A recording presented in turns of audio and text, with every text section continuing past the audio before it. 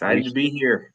Yeah, this is You guys fun. watch a lot of Xavier basketball? Like, how familiar are you with this year's team? Joe, I'll start. Yeah, no, I'm season ticket holder, so I think been to all but maybe 2 games, the home games, and yeah, Now, I've been following them pretty closely ever since graduation. So if very I had engaged. to guess, I'm calling Johnny Lower Bowl. Gotta be. Lower Gotta be bowl Lower guy. Bowl, right? And Kenny and Johnny's got the Jumbotron love too now. We He saw it on the does. ribbon board. He That's does. big time. Appreciate that. Yeah, that's new this year. Little 3-year Apostrophe contract. 11. And Class of 11. it's formal. You got the John Mazza. Right. It's formal. Now, Johnny, I have a question because when did you go from Johnny to John? Was that like right after you graduated? So it's kind of funny. It's a good story. Well, somewhat good story. When I was just starting at Morgan Stanley, I was making a lot of cold calls. And with that, you're on the phone pretty much all day long. And I started to do some math where if I introduce myself as Johnny Mazza at Morgan Stanley, it's a little bit longer and it's a couple less phone calls that you can make in a day. So I just started chopping it down to this is John Mazza with Morgan Stanley. And then I got a couple clients with the John Mazza. So my clients started to call me that. And it's a little bit, I guess, more formal. But those that know me, it's always Johnny. So why didn't you just go straight with it's J-Maz? That's got to be like, I don't That's know, a tagline, right? 3 more phone calls a day, No, that's that would probably do the trick for sure. Yeah. So I got a couple different nicknames floating around. It's all good. And not to be outdone, we've got Joe Hughes in the building. Joe, What's say going it up for on? the nice people at home if you don't mind. Sorry, say that again. I was Lost just giving you an intro, boss.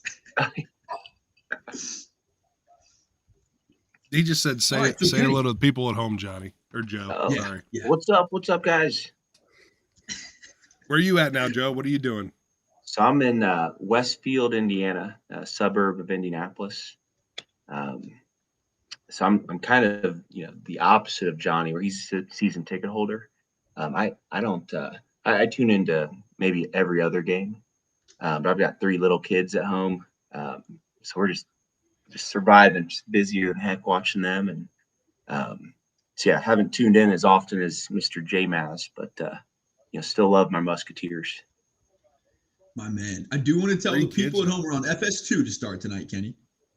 Are we I think we're going to be on for a good half hour on FS2 just to prep the Goodness, people. man. Oh wow. We got some bowling. I think NASCAR is superseding Xavier basketball tonight, which hurts my feelings, but so be it. We're watching the But Kenny, I think we can do Hammer full intro action. You think? Yeah, I think it's about that We got time. 14 All right, people so in here. we We're are good to back go. in action. I'm excited for this one tonight. We've got Demons, Musketeers, Saturday night, 9:30 tip Eastern Standard. A little late night for the boys. Kenny, we got a special treat tonight, man. Johnny Mazza, Joe Hughes in the building. You went out and got the big fish tonight, Kenny Freese. Yeah. You are no joke, man. This is gonna be a fun one tonight. Well, I hit up Johnny first, and I was like, "Yo, we gotta," because I thought Coop was gonna be on with us tonight. I didn't want to overpack the stream too much, but hit up Johnny. He's like, "Hey, we've had a group chat going for like a week now. You gotta get Joe and Kevin too." And I was like, "Yeah, you're right, I do." Unfortunately, Feeney's not going to be with us tonight because he's at an event with his lady friend, but we'll get him eventually. He's a great guy too. But these, Joe and Johnny, both walk-ons. Joe was a scholarship recipient for his senior year, but Joe, Johnny, and Feeney were the walk-ons when I was junior there. year. Junior year, sorry, my bad. Yeah. They were the respect on that, walk-ons too. when I was there, and I've said it multiple times on the podcast and on streams. I think we've talked about this. I think that those 3 guys may have been the hardest working dudes on our team. They got more shots up than maybe even 2 Holloway. So I'm really happy to have them back and just kind of see where they are now. I try and talk to them, once or twice a year if I can. It's just life gets in the way, but I'm really glad to be able to sit down and talk with you guys for the next couple hours. It's a treat. No, Yes. yeah, go ahead. No, it's a pleasure, Kenny. It's always good to reconnect. Joe and I have the good fortune of catching up quite often, just for various things. So it's such a nice opportunity. And Cap, it's been a pleasure getting to know you over the last year or so. Likewise, man. It's awesome. I really honestly am not like capping on this, no pun intended. Like every time Kenny talks about you guys, like his face like lights up different. Like it's so funny. It's so funny, man. Man, you missed out on the stories. I know, Kenny. Technology was getting the best of me today. I kept cutting in and out. Yeah. And Kenny, they're talking about roller coasters, and then I come back in, they're talking about bears. I'm like, what the heck is going on in here, man? Yeah. Those are all off stream stories. You got to keep some things to the imagination, but we got some good ones, man. We spent a lot of years together, and you could tell that was some homie conversation. You could tell, you could tell there was something on that. All right, so we're going Blacks tonight, Kenny. Do you think this is a point boost going Blacks? I mean, it can't be worse than going with the Pimp Cane. So I want to hear how Joe and Johnny feel about the grays. There's a lot of gray debate these days, gray uniforms. Go ahead, Joe. I'd say I'm more of a traditional. I'm a blue and white guy. I do like the throwbacks. The throwbacks are probably my favorite. Gray, I'd rank, I guess, fourth. How do you guys feel about the Running Man jerseys? Love them. I love the Running Man. Actually, Joe and I, we bought those North Carolina blue Running Man quarter zips recently. They're unbelievable. Those are cool. Oh, they're so cool. I got a good story about those. Last year I took my cousin to a game, and he bought like 4 of those quarter zips, one for him, one for his brother-in-law, I think one for his dad, and one for his son, and he set them down on a table at Dana's, and the rest is history. Gone. It's funny. I actually did the same with Joe and Ate being out of town. Joe showed them to me, via Twitter. He saw a photo of them, and I went to the bookstore, and they were sold out when I had gone. But the guy had mentioned their next shipment's coming in March. This is last year, and I got Joe and Joe and Andrew Taylor one for that reason. It's a prized possession right there. It's a good looking sweater. Xavier going big time to the high low right now. A little bully ball action. Yeah. No, those quarter zippers are awesome. Andrew Taylor, I think most of the fans will know that he was known as Ate back in the day. There was a tweet recently that I sent to, or not a tweet, it was on Facebook that I sent to CJ. I talked to CJ probably a couple times a month, really, just during the season and everything, and I sent him a picture of a screenshot of the Facebook post, and it was like, oh, hey, you're Kenny Freese, you're Brad Redford, you're number 15. Tell you what, though, Ate had a heck of a senior year. Dude, Ate used to get a lot of hate, and I think that we talked about it a lot, me and him, like during the year and everything, but man, that dude could play. He was good. And correct me if I'm wrong, was he supposed to get, like, going into that season, was he, like, projected to get as many minutes as he got, or was it kind of like a force of injury that kind of forced him into a different role? I'm honestly, like, mistaken. I honestly don't remember. I mean, it was a rough year just because of the people that were playing the position, Jamel was... It kind of felt like they were kind of, putting a square peg into a round hole a little bit. I mean, he was a dog, though. We used to call Jamel 6'8" with all the gifts. I mean, like, that dude, he was just, I mean, he had an incredible career at Xavier, but his professional career was just, I don't know, Johnny and Joe, did you guys follow him at all in his pro life? A little bit. I mean, social media, Instagram, I've followed him, and I know he's still playing, and yeah, he's I feel like in college, Jamel was mostly in the paint. Has he stretched out his game a little bit, Kenny? Dude, I'm telling you. So the first time I saw him was probably, it would have been my fourth year out of college. So he had been, playing professionally at that point for 5 or 6 years, I want to say. But he was a completely different player. I mean, I know that you guys remember the film session when Coach Miller was calling him a wrestler. Do you guys remember that when he threw that bounce pass against Duquesne? That was like it is stuck in my head listening to that film session. Um, he threw he tried to throw a high low pass or something, and he threw it like a really hard bounce pass that just bounced out of bounds, and Coach Miller called him a wrestler, and it was hysterical. But like going from that perspective to seeing what he was as a pro is insane. Like he was shooting, I don't know if he's shooting threes, but like, from the post, he's shooting 15 to 17-foot jumpers. He's got a turnaround. He's shooting free throws really well. And I mean, obviously, he always had just like an unbelievable athleticism that really helped him out in his game. But he was a completely different player as a pro for sure. Kenny, you mentioned a film session. So I've got a good memory of a film session. I forget what year this happened, but it was we were down playing at one of the islands down in the Caribbean. It's either Puerto Rico or maybe St. Thomas. Okay. But we're staying in this big resort, and I was with I think Charles Bronson and C.J. Anderson, and we could not find the room that the session was taking place. It was a huge hotel. We took a wrong turn, and we were almost sprinting through the hotel trying to find it because we didn't want Miller to kill us. Yeah. And we get to the conference room like right on time, and so we're like, God, thank God, we finally found it. We go to open the door, and Coach Miller had locked the door, and then so we had to stand outside, and we missed the film session.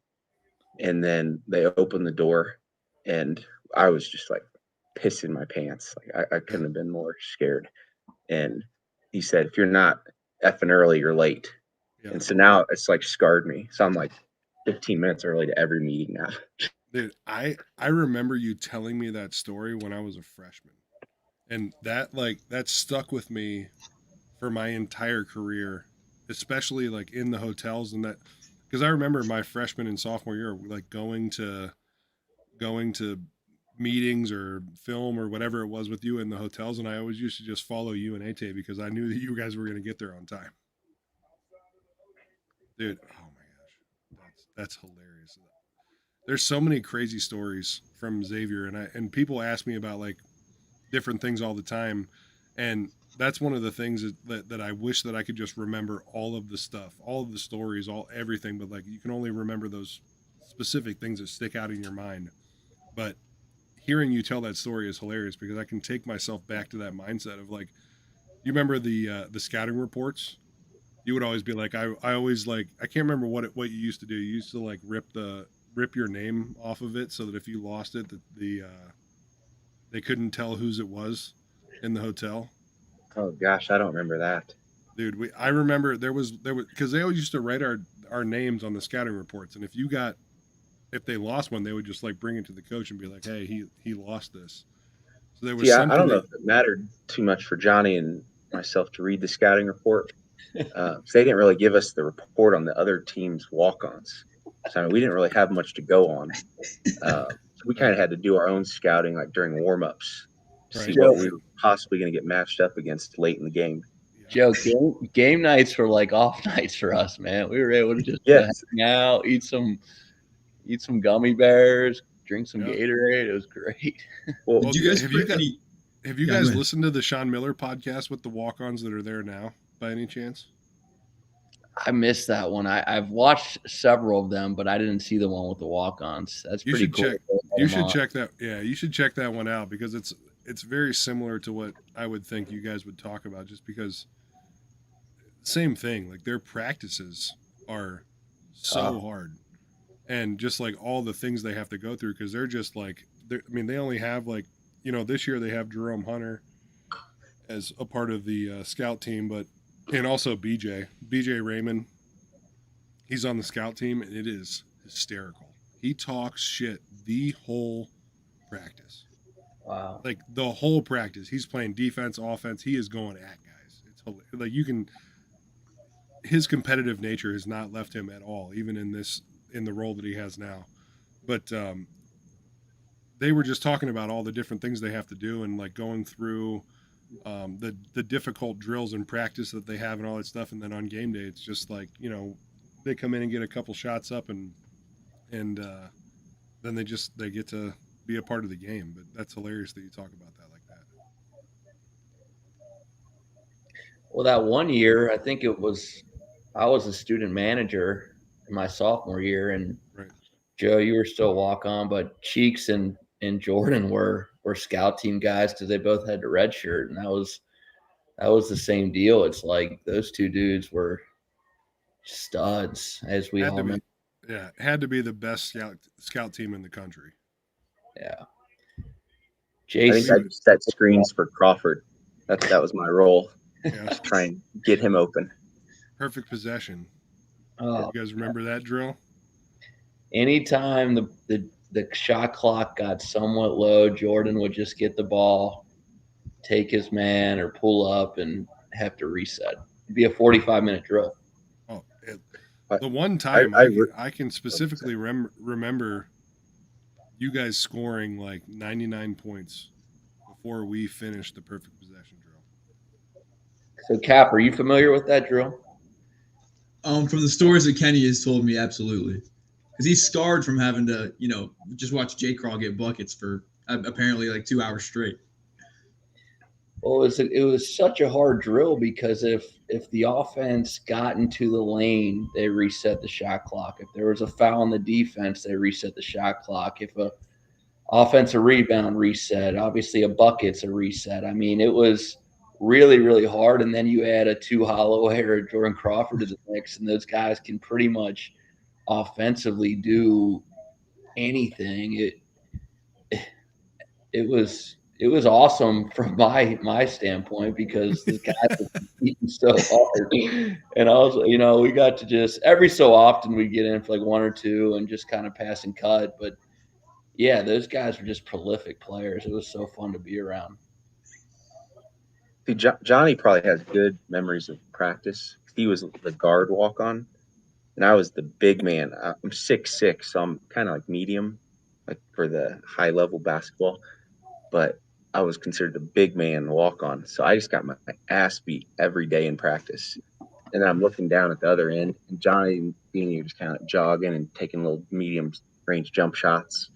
And then Coach Kelsey was just a wild man in practice. Coach Kelsey, man, what an absolute maniac that guy is. Incredible coach, but nice guy, like great person. Oh yeah. On the court, he's like just something flips, and he just goes like just like intense as heck.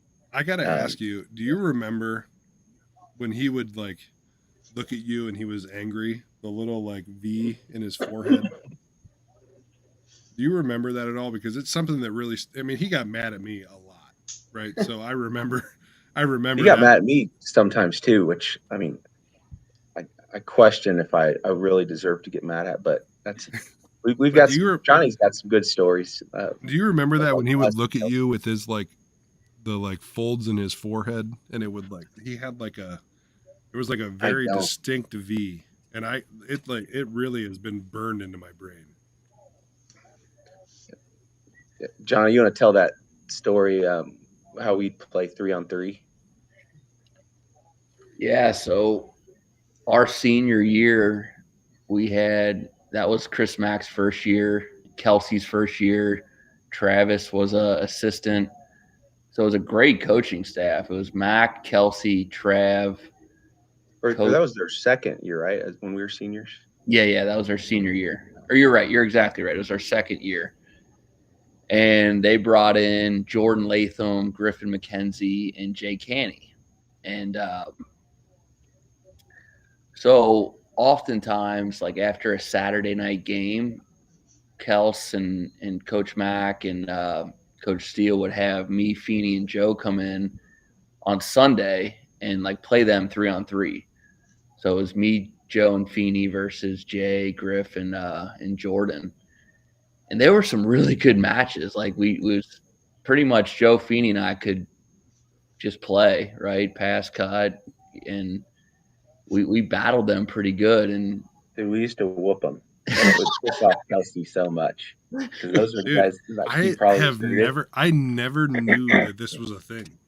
oh yeah, Kenny, like every Sunday after a game, even like, you know, we'd hit up Dana's after a game and had a nice time, but they'd call us in around like 11 or 12, and Feeney, Joe, and I would get in the locker room and like just, all right, let's rock and roll. So we get out there, and you know, Kels, Mac, and Trav, they'd all watch the 3-on-3 and just like sit on the scores table. And one day, like, I was hitting shots, Joe was knifing cats, like Feeney was rebounding and like balling out. Like we all were playing really, really good. And Kels was just getting so pissed at like Canty and Jordan, like so much so that he like kicked Canty out and like started playing. Like Kels took Canty's place to watch how to guard and like play. And so now it's me, Joe, and Feeney versus like Jaylay, Griff, and Coach Kels. And Kels is guarding Joe. And Joe and Joe cuts to the baseline, and like, you know, Kels is one of the most intense dudes I've ever met. Like unbelievable coach, like truly just a really competitive. I mean, intense. really deserves where he is today. Like his spot in Charleston, like you could see that he was going to be a head coach at some point. He's a beast. He's a stud. I mean, he's loves the game of basketball and is a great coach, great leader, this and that. So Joe cuts on him, and Kelsey's, you know, Coach Kelsey's guarding him. And then Joe cuts again, and Kels rips Joe's jersey as he's cutting. And like, no, I'm going up for a layup because I beat him. I did a hell of a move, and I got by him going up for a layup. Rips my freaking jersey off of me, basically. It's like hanging on barely by a thread. And I just looked like, the hell? What's going on here? No easy buckets for Coach Kelsey. No easy buckets, man. Nothing. Oh, that's fantastic, man. How did I never hear that story? Well, the after practice, I got another story where I thought, you know, Coach Mack was just kind of skinny and like older. And I thought I could take him one-on-one. So I challenged him one time after practice, and he absolutely kicked my ass. Like Joe, he was so crafty and like little shimmies in the post and fade away. Like he humbled. I mean, I wasn't cocky by any means, but I thought I could take him, and he whooped me. Joe, I think we did. It was like, if you make it, you stay on, because I was out there too, and I think we only got 3 dribbles. And you're exactly right. Like Mac absolutely dominated. Like I think he scored every time, and he would kind of still like talk crap. Like damn, dude. Well, I kind of brought it on myself. I initiated it, but he whooped me. So. That's crazy.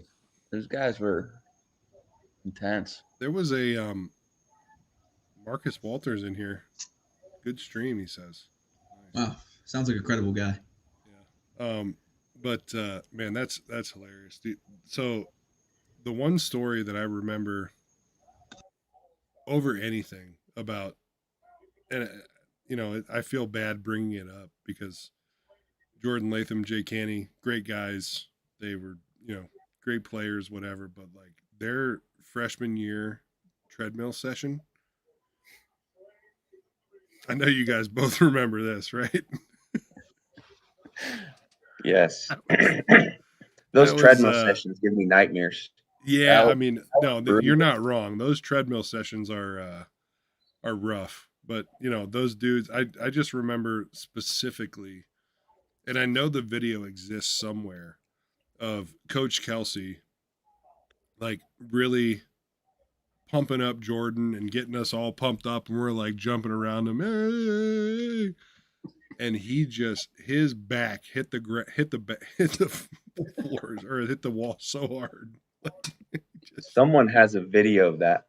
Oh, I don't remember who took it. I I don't know if I somebody still have no, it. At one point, I I had the video of that no, happening. yeah, I've seen the video, but that like Jay Canny, his back hit the wall so hard. I'm It was surprised that he stood up. Or no, it was Jay-Lay. That was Jay-Lay. No. It was no. I'm the video that you're talking about was Jordan Latham. But Jay Okay, Canny, yeah. the same thing happened that he got thrown off the treadmill and hit his back Oh, on I the didn't know. wall. Same thing Yeah. happened to him. It wasn't the same thing because Jordan Latham's face hit the treadmill. Like, that was those are some tough workouts, man. Those are I some feel like tough I workouts. that almost happened to me multiple times. I don't know how I escaped that. I feel like it almost happened to all of us, dude. Walk all the way to the end of the court and take about a 3-minute break when everyone else took a minute and a half. I was just in an absolute survival mode. Like they would time it so you had, you're with a partner, and Yeah, so when you're not running, you're supposed to be kind of cheering on your partner. Well, I would go and walk to the other side of the gym to try and buy myself a little extra time, and then Coach Jennings was like, "Get your ass over here!" I was like, "Coming." Coming, dude. Leave me alone. Oh, dude. You remember you used to get to like hold on to the used to get to hold on to the handrails for like 3 seconds. 1, 2, Yeah. 3. Take 3 big steps. Oh man, those workouts were rough, dude. Yeah. Well, I remember felt like it's like my last run. I was gonna like thinking I may get sick, may not be able to finish it. And the whole team like circled around my treadmill and started jumping and cheering me on, somehow willed me to finish it. I thought that was just the coolest like team bonding thing. Yeah. Well, that's why we tried to do it for Jordan. Kenny, did you tell him you gotten in trouble? Now what? How many years later by the current strength and conditioning coach? No. Yeah, we were sitting at me, Cap, and Coop were sitting at practice, and the strength coach came up to me and he says, "Are you number 52? Used to get in a lot of trouble when you were at school?" I said, "No, that's not me." And I think it was AB behind me. He was like, "It's number 32." And he said, "Oh, are you number 32? Used to get in a lot of trouble?" I was like, "No, that's not me." He was like, "I swear Mario told me that it used to be the party kid." And I was like, "Nah, that's not me." We had a good That was it was a different time, J-Maz. That's the beauty of it, man. Yeah. Are you ever thankful that Twitter wasn't a thing when you were that age? Social media wasn't at least what it is now. You know, number one, Twitter especially was in its infancy when I was in school. Facebook had been a thing for a while. We were still on MySpace. A lot of us were. Oh. But yeah, it wasn't what it is now. But there still was like the phones, the camera phones, all the stuff. You know, like it was still a thing that happened, but it was nothing like it is today. But we used to have to go through. I mean, Johnny and Joe, I'm sure you guys remember our like social media training sessions where those two, like, it was like an old guy and an old lady would come in and talk to us about like, I don't even know where we were on, like the 4th floor of the Cintas Center. They would come in and talk to us about like, you know, do's and don'ts of social media and all that. I can't imagine what these guys now go through. Per source, we have a channel switch over to FS1. Yeah, I'm continue still on on FS1 here in just a second. Okay, I'm on FS2 right now, but yeah, it's still showing. It's showing at the bottom. It's about to switch to FS1. So I think the next time we don't see Xavier on the screen, we'll switch over to FS1. Muskies are on fire, fellas. Yeah, the nice thing is like we don't really have to worry about keeping the game up to date with this one because hopefully they're playing pretty well. Hopefully. See, I think at the next break we'll switch to FS1. Sorry about that. I moved over to FS1 now. It's showing over there too. Kenny, do you think you'll ever have us back on, or is this kind of one and done? And then Johnny and I are never invited back. You guys are welcome on literally whenever you want. All right. It's an open invitation. We do this for every single away game, and we just hang out, kind of talk. We'll have 12 people on if they want to come on. This has been something that we started thinking about in the middle of the summer last year and just has turned into what it is now. And this is what I like. Like I don't watch games with people when I'm at home. I just watch with myself, and sometimes my dad or my mom will watch. And there's one of my cousin's brother-in-law is a Xavier fan, so I'll watch with him sometimes. But if I wasn't doing this, I would just be sitting on my couch getting angry or getting happy or whatever it is by myself. So this is our idea for people that aren't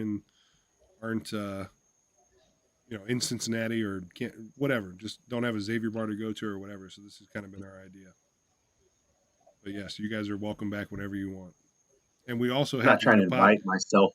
I No, want no, you no. to invite me. I don't want to invite myself though. No, we have to. But the thing is that now that you guys have come on the live stream, you are obligated to do a full podcast with us. I don't know if you probably Yeah. didn't read the fine print, but you're obligated, and Feeney Yeah. as well.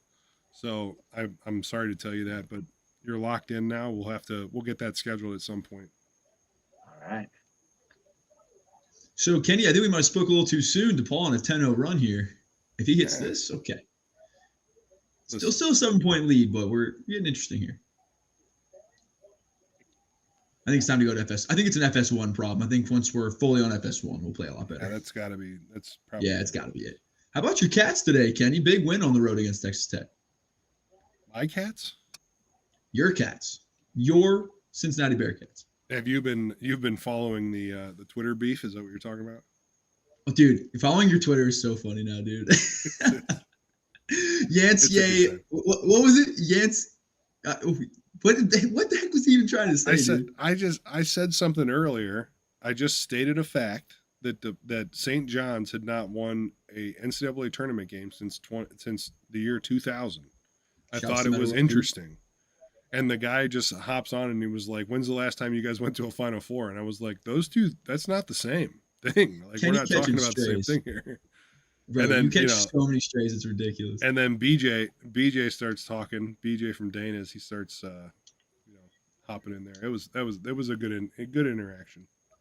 I love Twitter, man. Twitter is so much fun. Just like messing with people, talking about, especially like during the games and stuff. There's a lot of funny things that happen. Joe and Johnny, did you see during Cap, what game was it? The 50 game.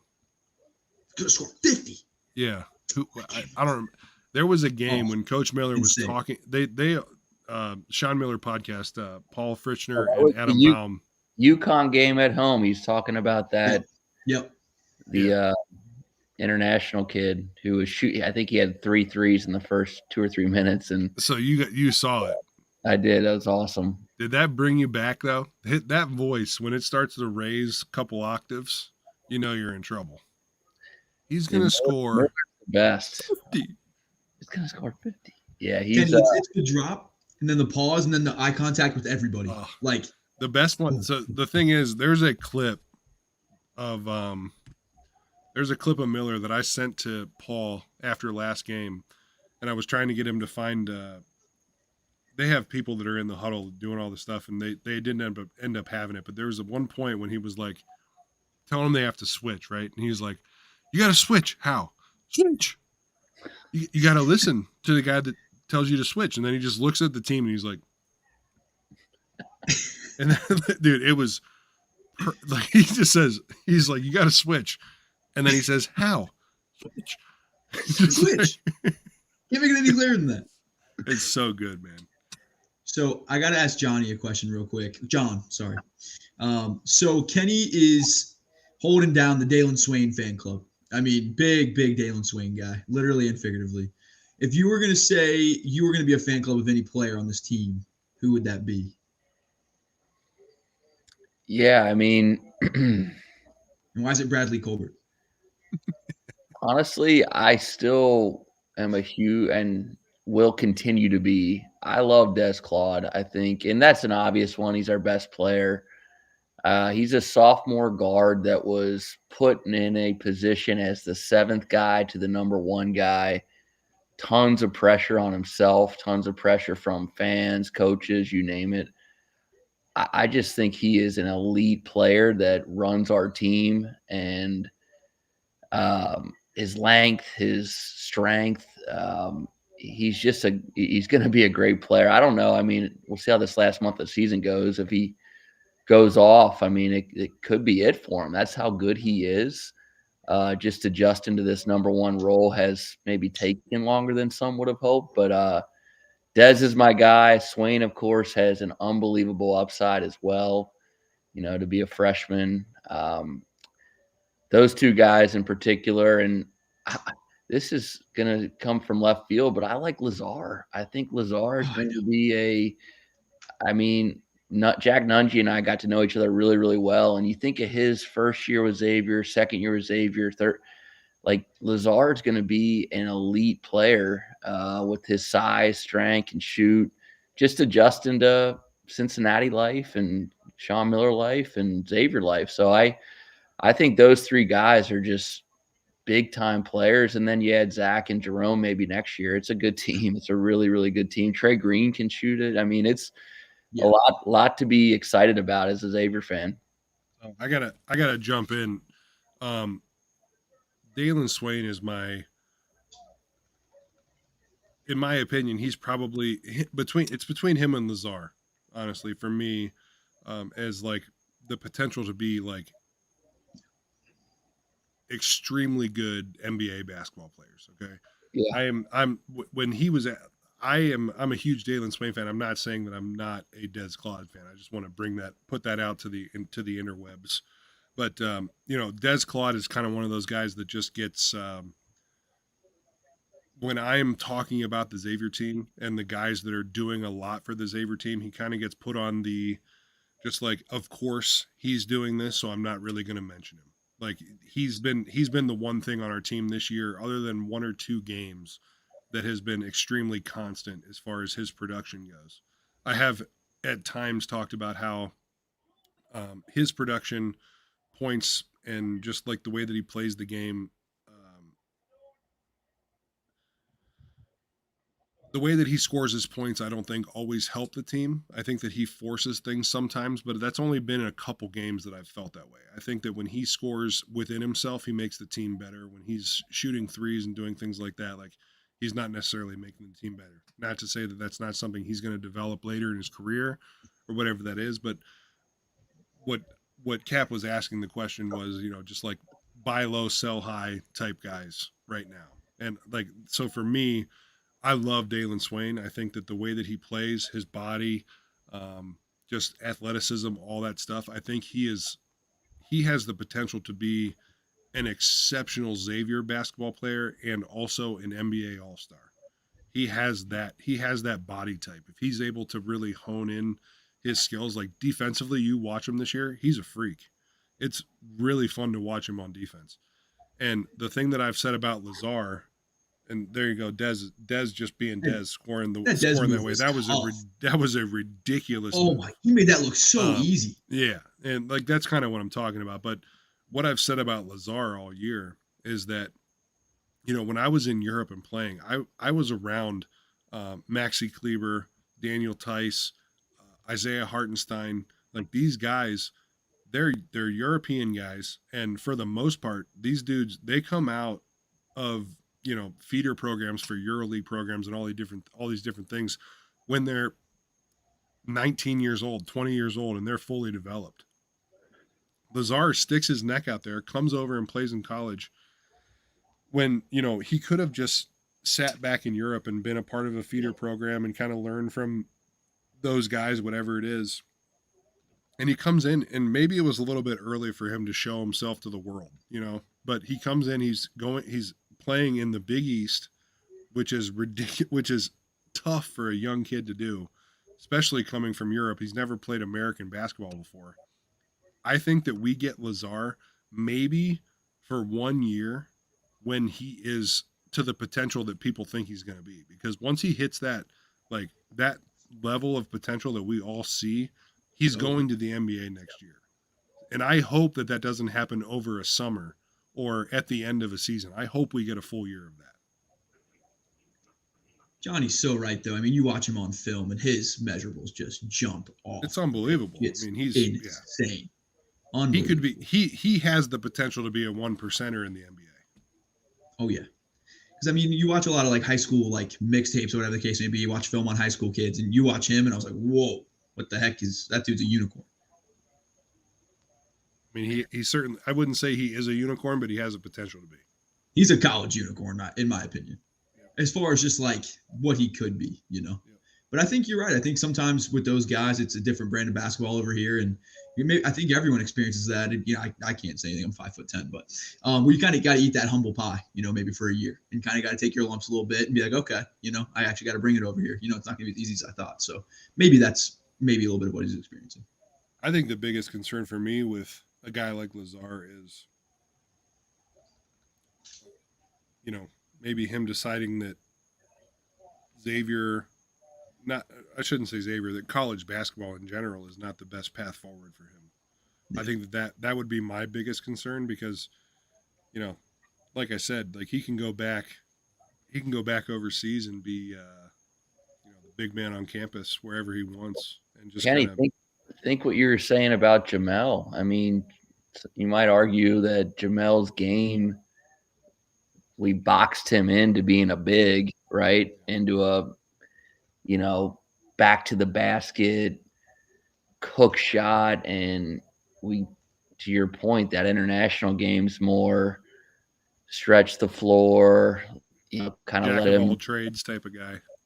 Yeah, let him work his athleticism more than just being a brute down low. And there's probably a big difference. And you, of course, would know way, way, way better than anyone here just playing in both. But yeah, I could see that.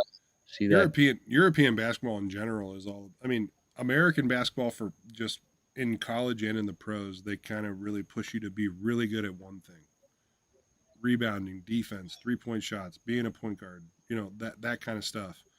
And when you go overseas, they're really expecting every single position to be able to do everything outside of the five a little bit. There's a distinction there because they still are looking for size, but 1 through 4, I would say, and that's why Justin Dolman was a juggernaut over there. I mean, one of the highest paid Americans in Europe for a very long time, playing for one of the best EuroLeague teams in Europe. I mean, he was the epitome of what European teams are looking for. He's a 4-man that could guard 1 through 4. He could bring the ball up. He could post you up. He could shoot the 3. Like, just can't say enough. I watched him play over there, and he was really, really good at Xavier.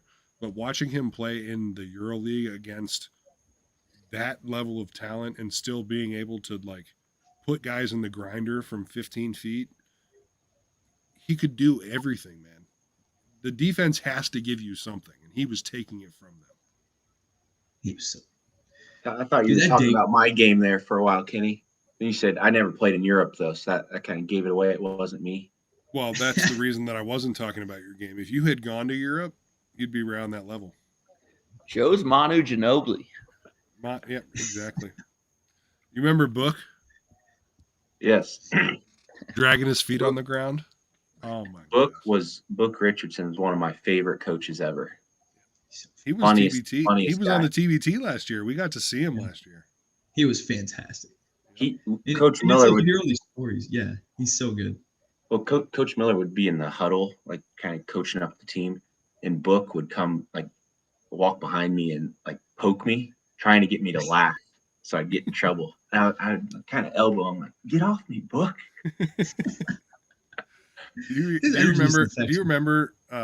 It would have been my freshman year when he always used to sing. You remember that song "No Air" came out, and he would always say, "Tell me how I'm supposed to be the brown bear." Book. I feel like each coaching staff has like one coach that's like their recruiter. I don't know if Book knew our plays, but like he was everyone's friend, and he just made it fun. Mm-hmm. And he made it fun for the current players, but also just trying to bring in new talent.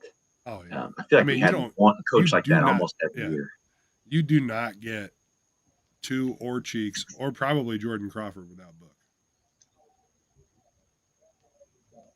I remember being, that year that Coach Miller went to Arizona. That was my sophomore, Kenny year. you're a freshman. And I was a manager that year. So, after that season wrapped up, when we lost that tough one to Pittsburgh, Yeah. and, Miller decided to go. And being a manager is unique because you're kind of more on the coaching staff than you are a player, right? You're kind of that in-between guy. Right. So next thing you know, Coach Whitford, Coach Book, Coach Miller, they're all heading to AZ. And I was kind of Coach Witt's and Book's like right-hand man. Like they used to call me and like, if a player needed something, like I was fortunate enough for them to like really trust me. So I'd take care of them. And I was helpful in, moving them out of their houses. And I remember being with Coach Book at his house up in, I think it was like in Mason or Westchester. And we were clearing out his house, and he and I he's like, Johnny, just come and sit on the ground with me and just let's take this in, man. Like, I loved it here. Like, I love Xavier. I love Cincinnati. But I love Coach Miller, and I need to be there with him. But this is nothing to do with, like, you guys. Like, I love Tu and Cheeks and Kenny and Brad, and, like, went down the line. And, like, to your guys' point, like, that guy just cares so much about his players. And he's funny and he's sincere and he will do anything for the guys. And it was a good staff. I mean, think of all our coaches, Kels, Trav, Coach Mack, Coach Miller, like just awesome dudes that we were so blessed to be with at a young age, like at 18 to 22, to learn from those guys and see how they went about their days and how they communicated with people and how hard they worked. It was just very special, and I think we're all reaping benefits of it, in our mid-30s now. It's pretty cool. Yeah, I would say number one, talking about Book, his presence during the TBT, because he's still that guy. He's the same guy that he was when he was coaching at Xavier, and just like that funny dude that's just like he's got your back no matter what. But at the same time, for the whole weekend that I was there, it's all just like jokes and fun and games and hanging out and doing all this stuff. And then he gets up in front of the team, and it's like, and not going to go into what he said or anything like that, but just like, it got real for a minute after they lost the game. It got real. Like he was looking at those dudes like, hey, I freaking love you guys. He didn't coach all of them. He did coach some of them. I was in the room. He was talking about just all that whole experience of just like being around the guys and coaching those guys and being a part of the development of some of the pros that were in the room. And he got real serious with everybody. And you could tell like he feels it, man. And that's one of the things that makes him what he is. As funny as he is, as personable as he is, as good as a recruiter as he is, coach, all that stuff. He really feels for the people that he's coaching, and that's the part of him that you remember. You know what I mean? Yeah. I hope he gets another opportunity, at a high level to coach again. I don't know. I assume that he wants that, but I don't know. I don't know. Awesome. Yeah, I would assume that he does, but I would assume that he will get that opportunity at some point. Like I don't know the ins and outs of what happened. Never really got into it with anybody, but it seems like he's in a good spot. I think in AAU or high school right now. He's and with the One of the cool Gauchos. things about He's TBT back was, with the Gauchos.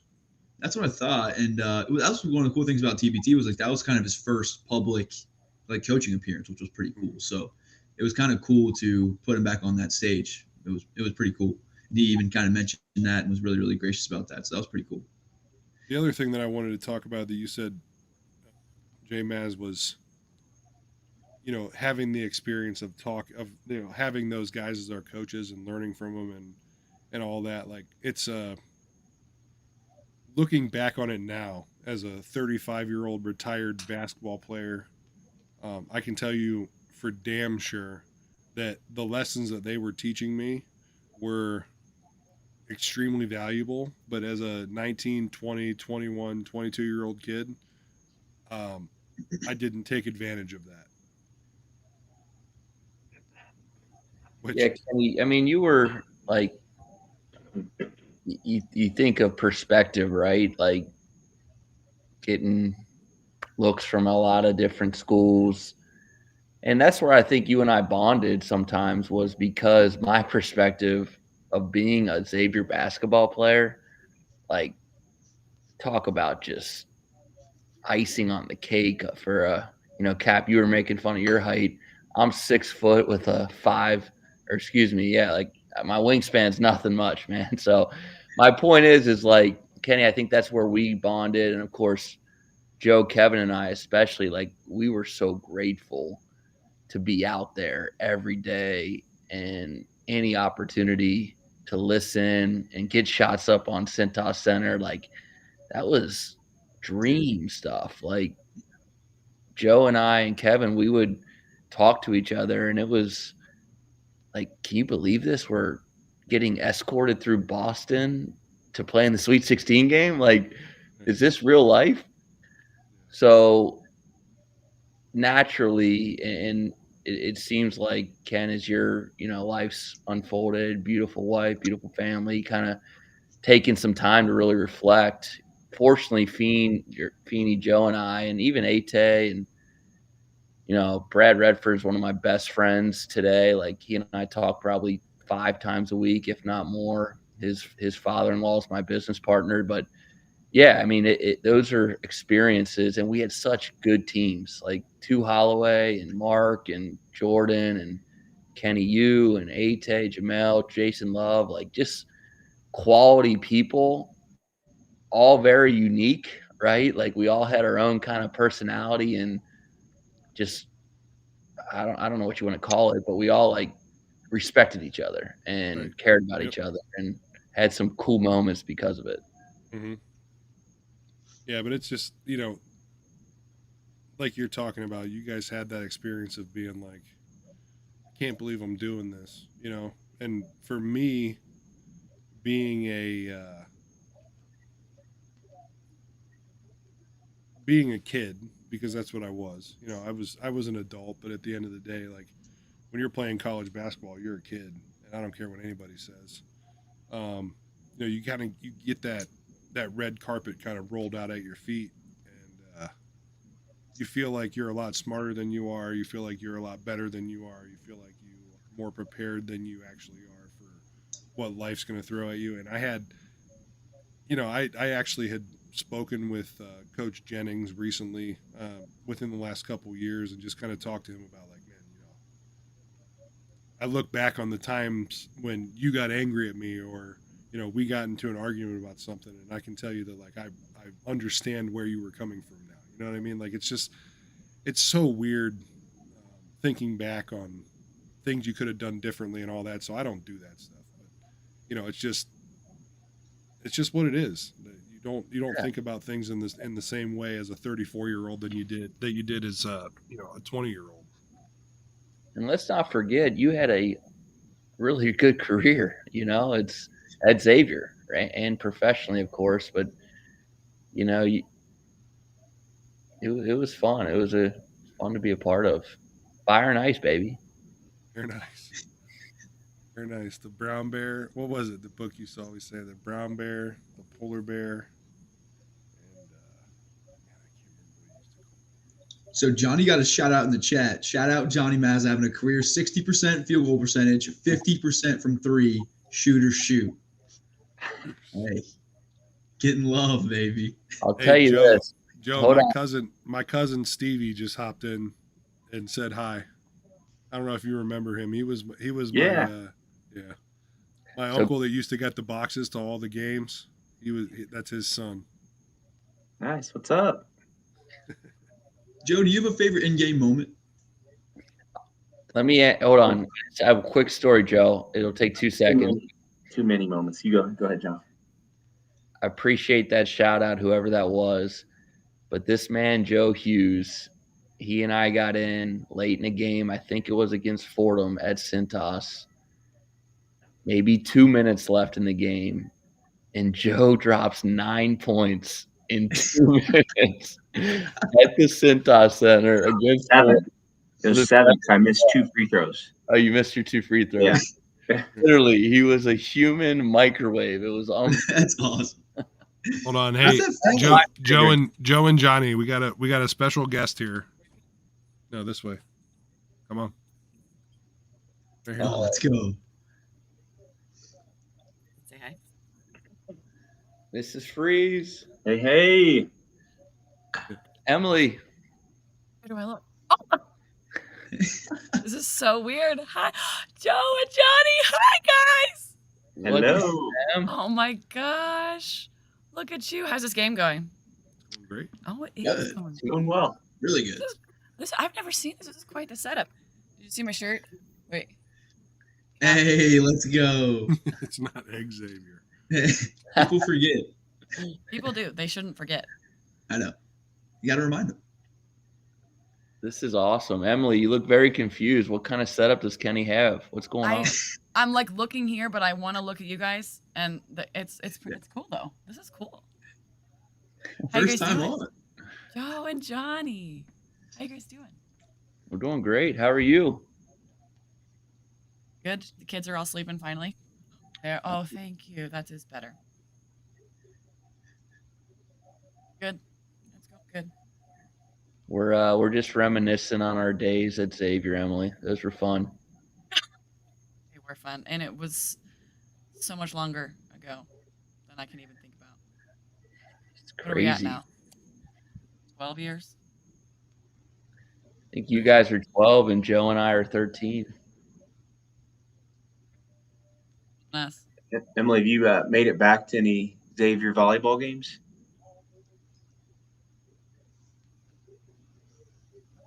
Now it's Christy. We lost audio, Kenny. He said he lost audio. We're good now. We're good now. Who did? We couldn't hear it for a second, but now I she's can't hear what good. they're saying. Oh, Kenny, he can't hear. Emily, 'Cause I Emily, have the how things. nice are those headphones? Those look you're good incredible. now. Just talking to my sister. All shouts to Kemba. They're not watching the game. I'm doing okay. Here, you wanna- Give me that back, lady. I'll just look at them. Sorry, Kenny. We lost you for a split second, and then Johnny was shouting out the headphones. Oh, gotcha. Little name drop action, you know. Just something light, you know, something from Oh, NBA boy. guy. It is crazy mixing up with you, Kenny, when you just name drop like that. I'm like, what the heck? Just being like a super normal dude. You're like, oh, I got these from so and so. I'm like, oh my god. Yeah, well, I mean, I played with. I mean, I can't even.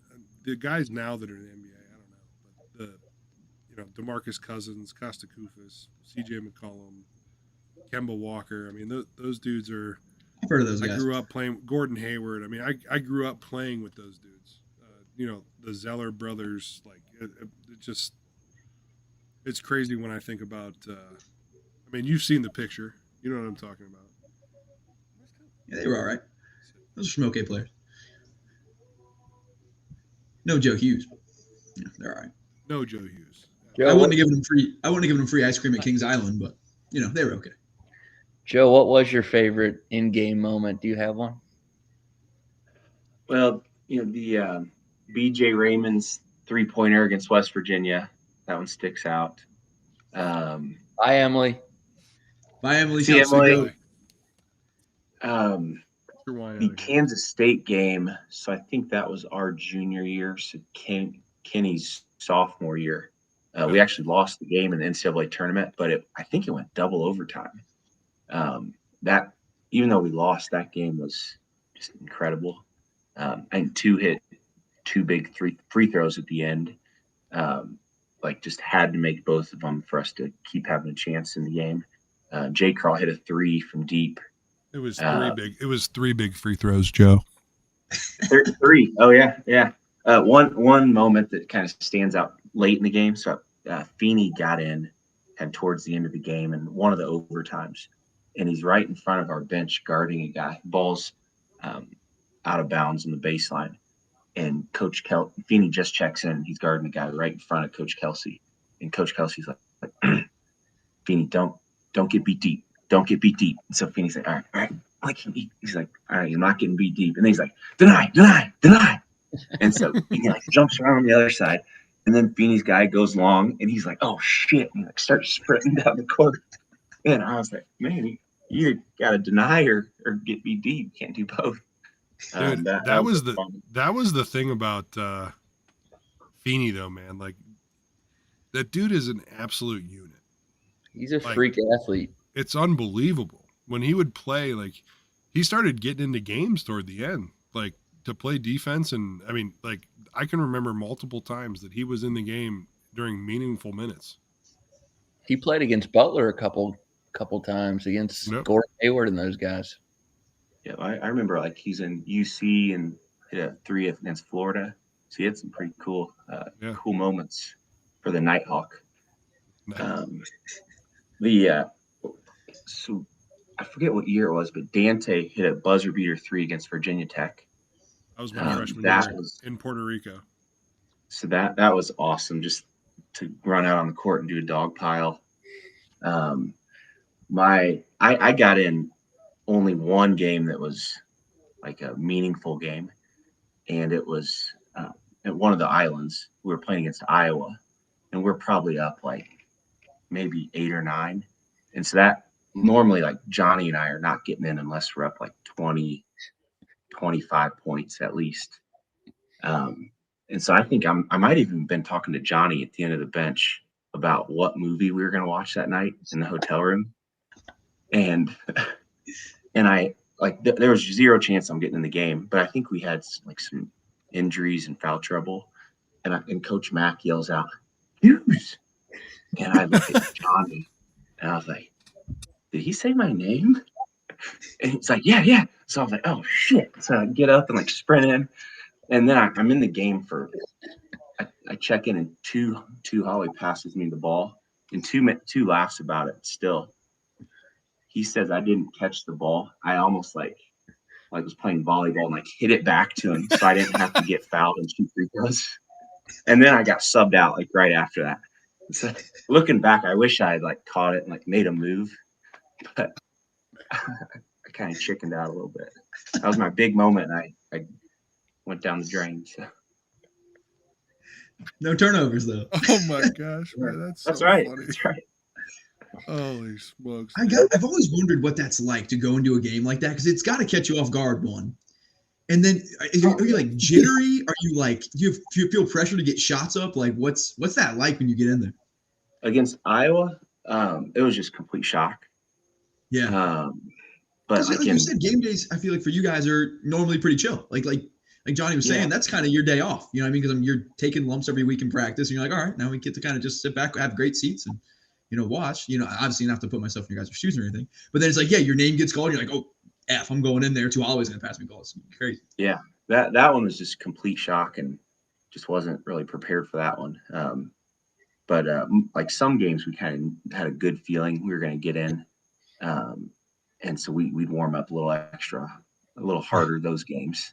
But really, I don't know why we warmed up harder, because then we sit there for 18 or 19 minutes, get cold. So we got to try and like stretch on the bench a little bit so we don't pull a hammy. Joe Hughes stretch. I did get hurt. Special. I did get hurt in warm-ups. Do you remember that, Kenny? No, I don't. What happened? So, was it, Johnny, was that junior or senior year? Junior year.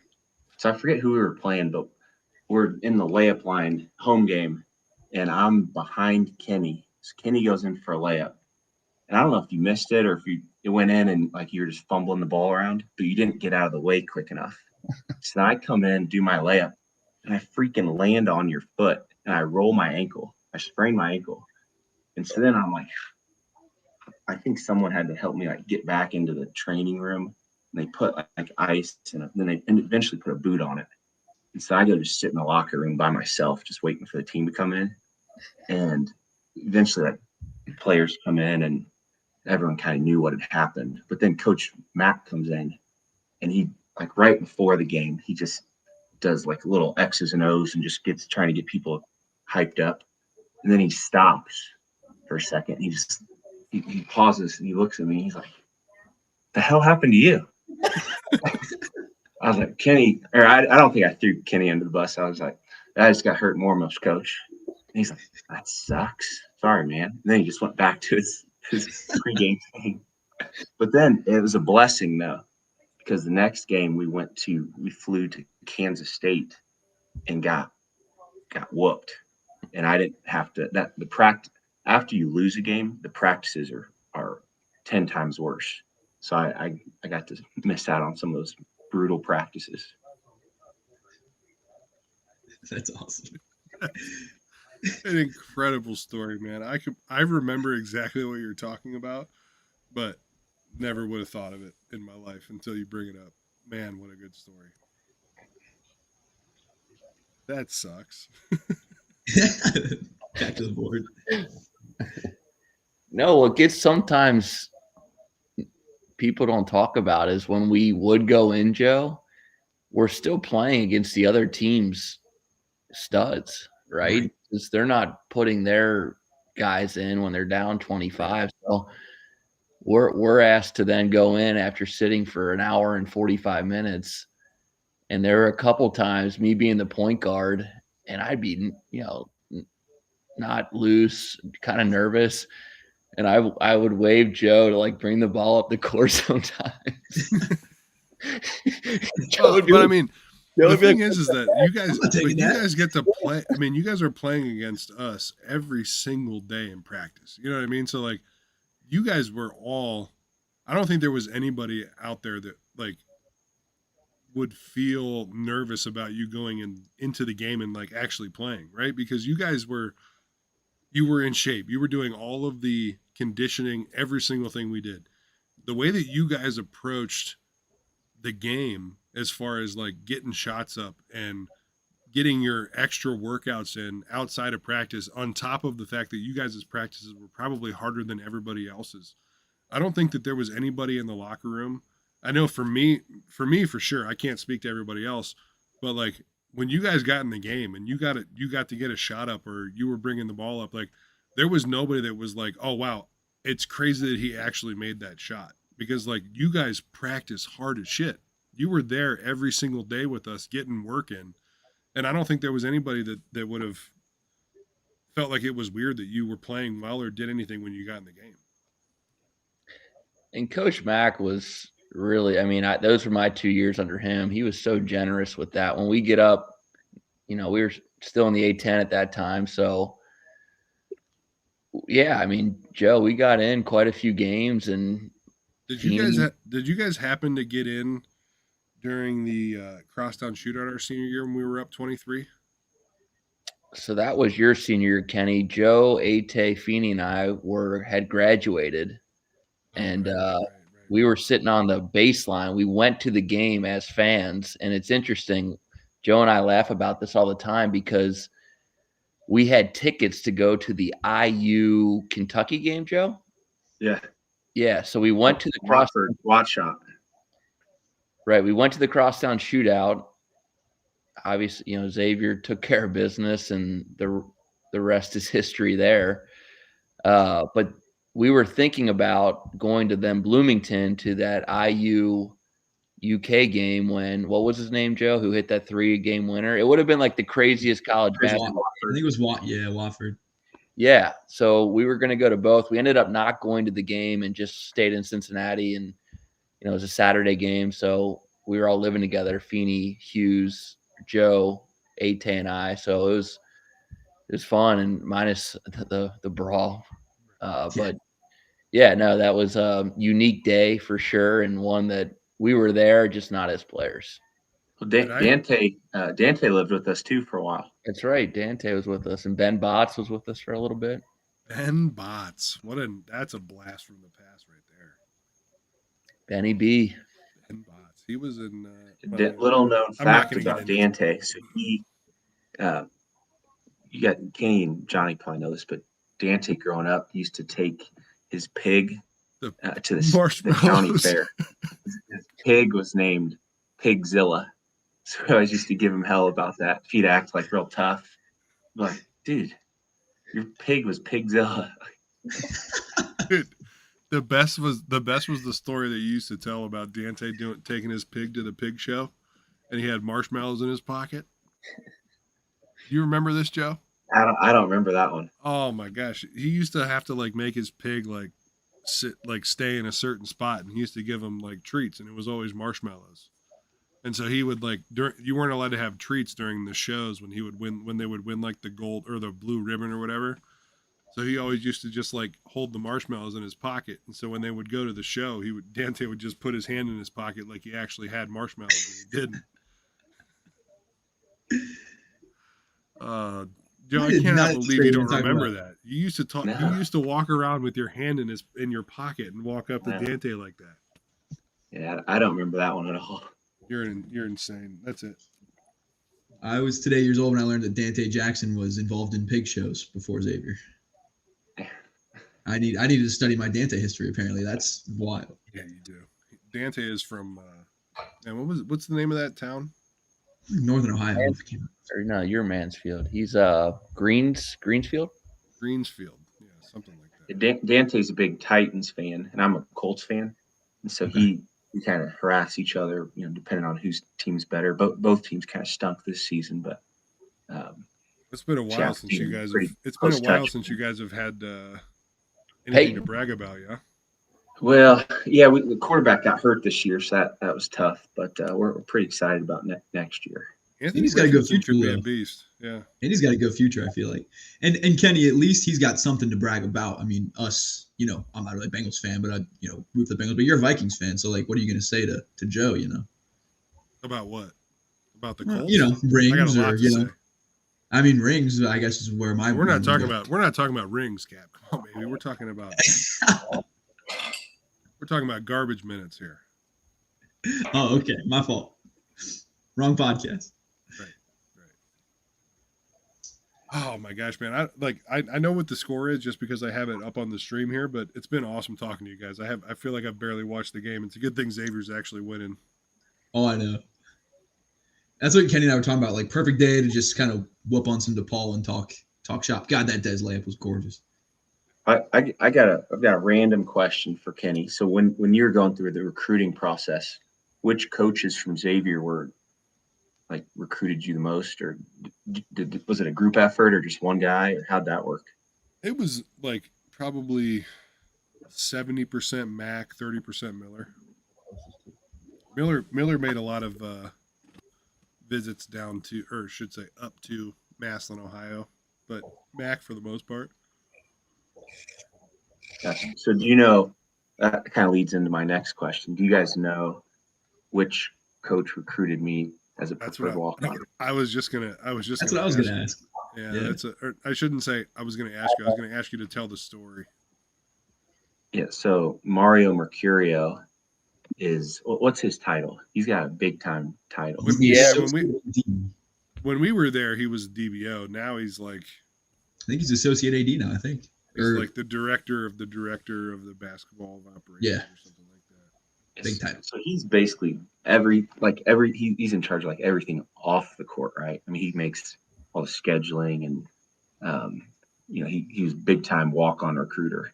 And he called me. So Coach Miller was recruiting Matt Howard and Juwan Johnson, who I played AAU with in the summer.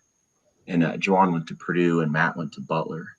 But Coach Miller saw me play and just thought it might be a good walk-on option.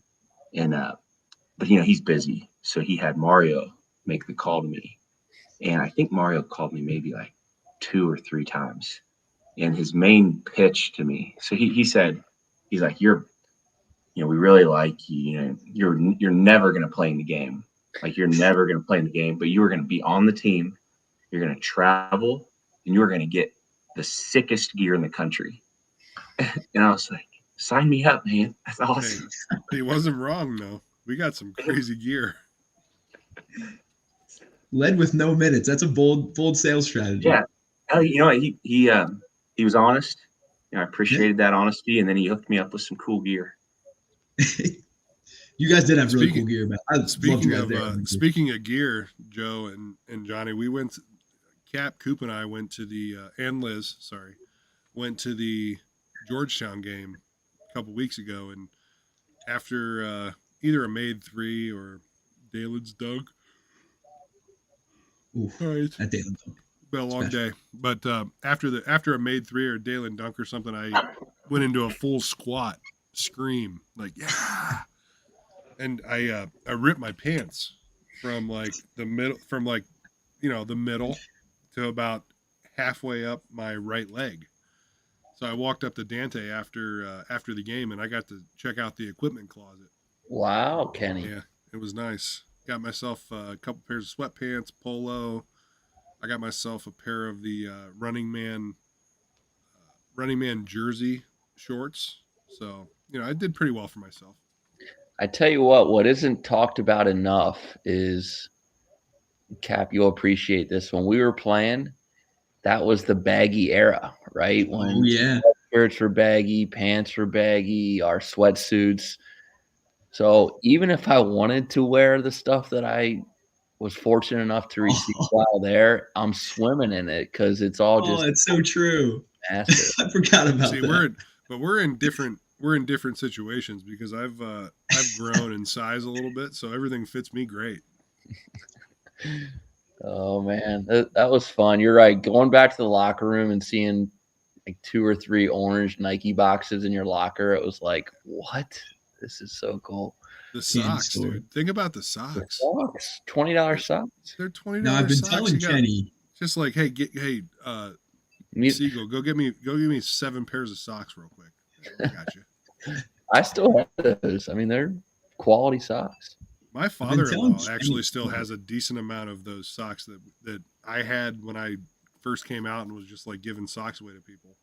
They last forever. I mean, yeah, they're $20 a pair, but Nice. wear them for 15 years.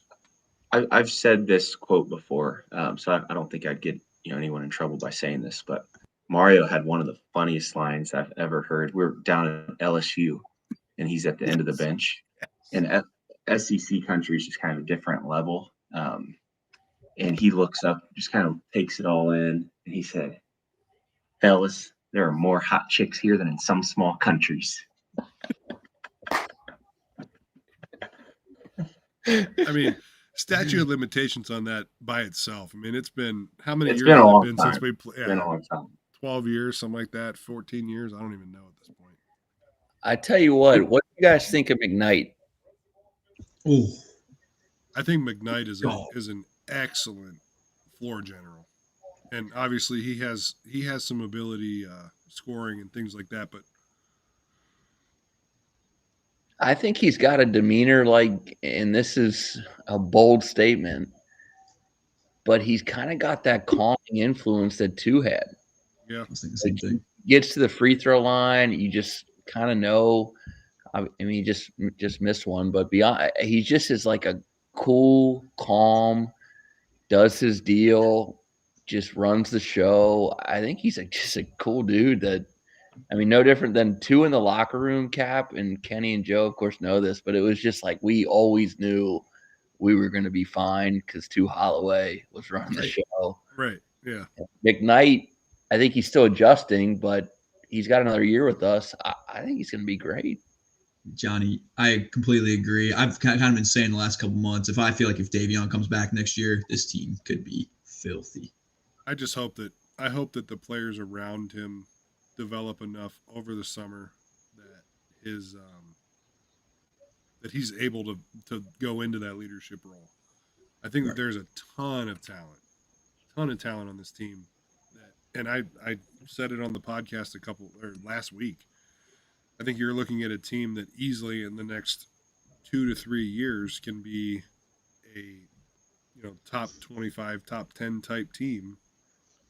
But guys have to stick around, guys have to develop. Obviously the transfer portal is a big thing. Freshmen coming in, like who knows what's going to happen, but I think there's certainly the talent is there, the ceiling wise, for Xavier to be in that position. Do they have any big time recruits coming in next year? Couldn't tell you, man. They've got one big recruit, Jerome Powell. I'm a very current Xavier team guy. I don't really go into the depths of their recruiting. Cap's the recruiting guy. They've got one top 100 wing, Jonathan Powell, known for his shot, but can kind of mix it up in his athletic. So I think that's the only current commit that they have, if I'm not mistaken. The chat will be all over that though. I don't know if Johnny follows that stuff at all, but I'm definitely nowhere near as into that as I used to be. But I used to be deep into that. I remember Kenny's recruiting ranking when I was a kid, following that on. I remember when he committed, I was like, oh my God, he's borderline 5-star. Can't believe you didn't get 2 scholarship offers, Kenny. What'd you get? 362? 363? Yeah. Yeah. That No was Kentucky, no Duke. Was that it? No, it was North Carolina, Duke, and Kansas. Oh, man. I remember one of the very first calls that I got after Xavier was from UCLA.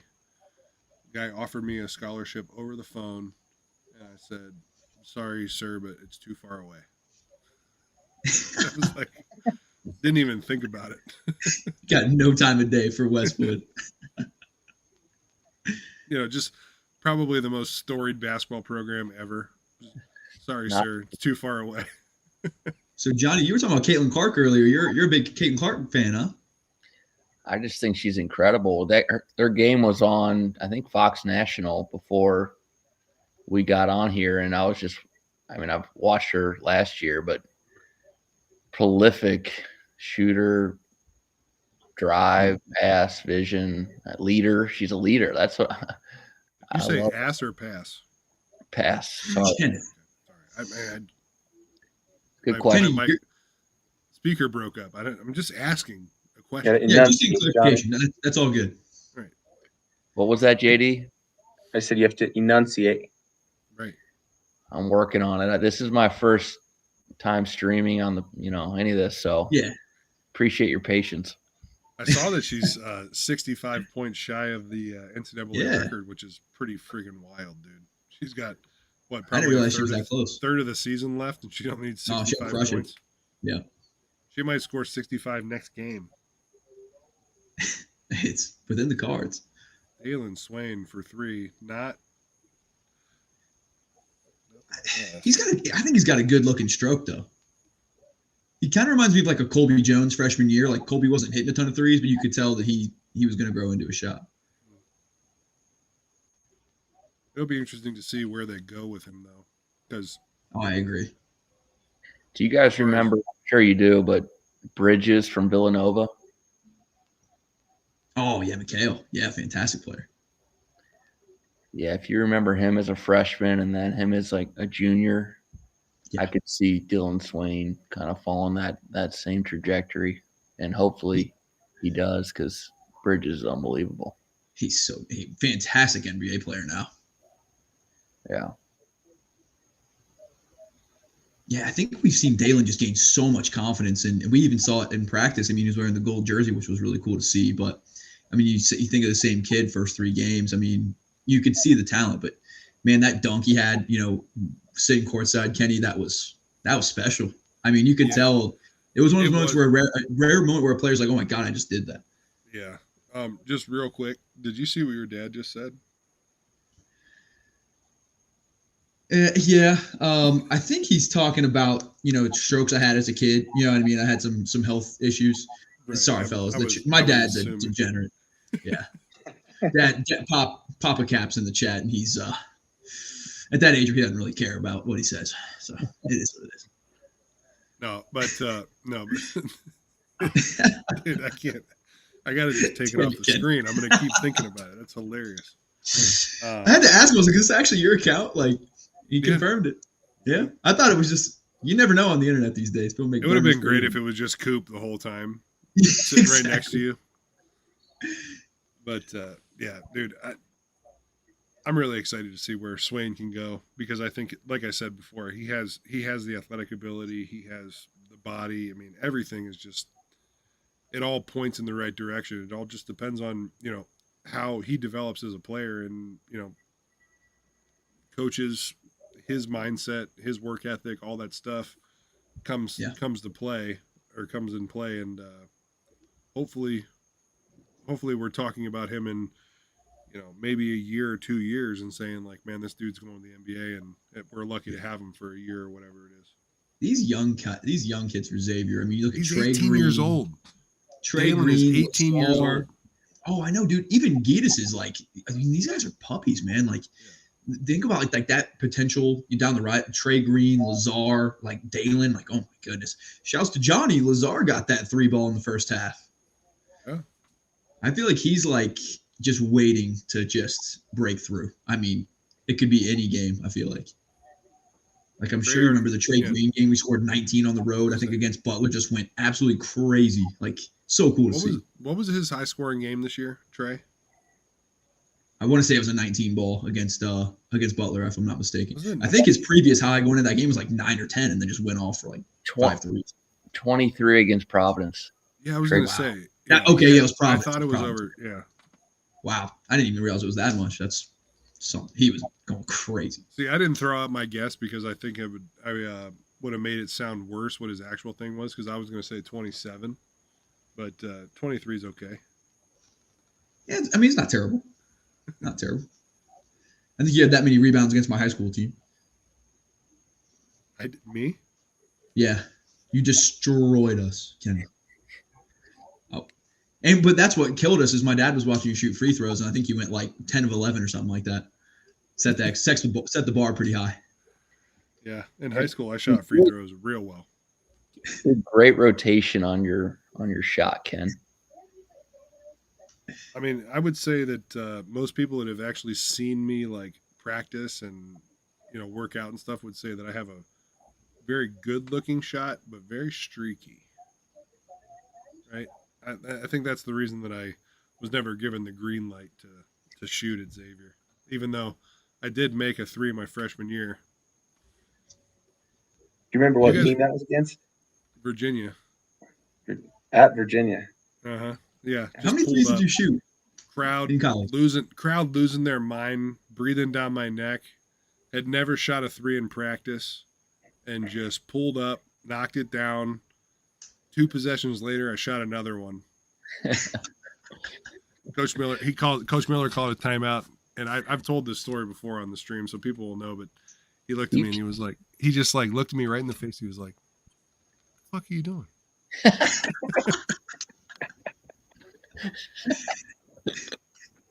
Oh man! How many did you take in college? Do you remember? I don't. I mean, not many that were like. Those were probably the only ones that I ever took that were like on purpose. Not like without the shot clock running down. Right. But man, that was funny. I can still remember that. And like that gym's huge. The fans are right on top of you, and I'm just like, just let it fly. We'll see what happens. Didn't you like swish it too? Like I feel like it was nothing but, if I remember correctly. Oh, dude, I couldn't tell you. I just know that I know that I made it. Yeah, I know that I made it, and then that was it. I bet as a big man taking a 3, it's just like, please go in, or my life is over. I would imagine that's what Abu felt a few weeks ago when he knocked down that 3. That was like, we're all looking around like, what the? No effed up shots, Kenny. That's what Miller says, yeah. That's his main coaching strategy. Can't argue with that. That's a pretty wild stat. Did you see that? What'd they say? 17 plus assists. Xavier's 10-1. 16 and under, they're 1-9. Oh my god. They're at 14 right now. So that's the new stat we're throwing up on the stream, Cap. Boom. There we go. That was like us, and when we were at 7 kills was always our number. Remember that? Oh right. Oh yeah. I'm just saying we don't even have to put up the score. We're just going to keep track of assists, and we'll know if we win or lose. Makes it a lot easier. Turnovers was the big one too, right? Under 12. Yeah. Was it 7 kills? Johnny, that's what I was talking. Yeah, it was a big number. I couldn't remember if it was 7 or 9. Dude, our teams were they were so good because we would lock in on D, and we had scorers.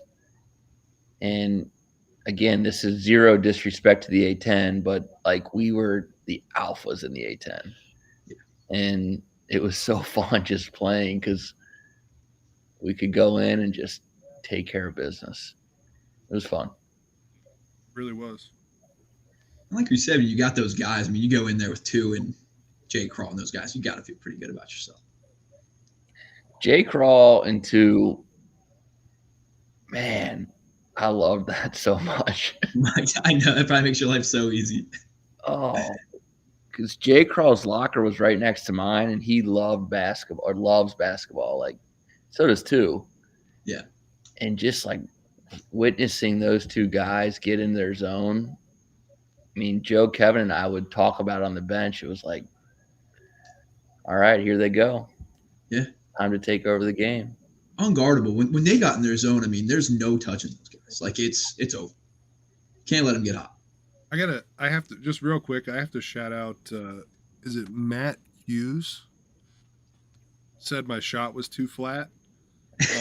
The fact that you remember this, because yes, I could shoot the ball with a 15-foot ceiling, 100%.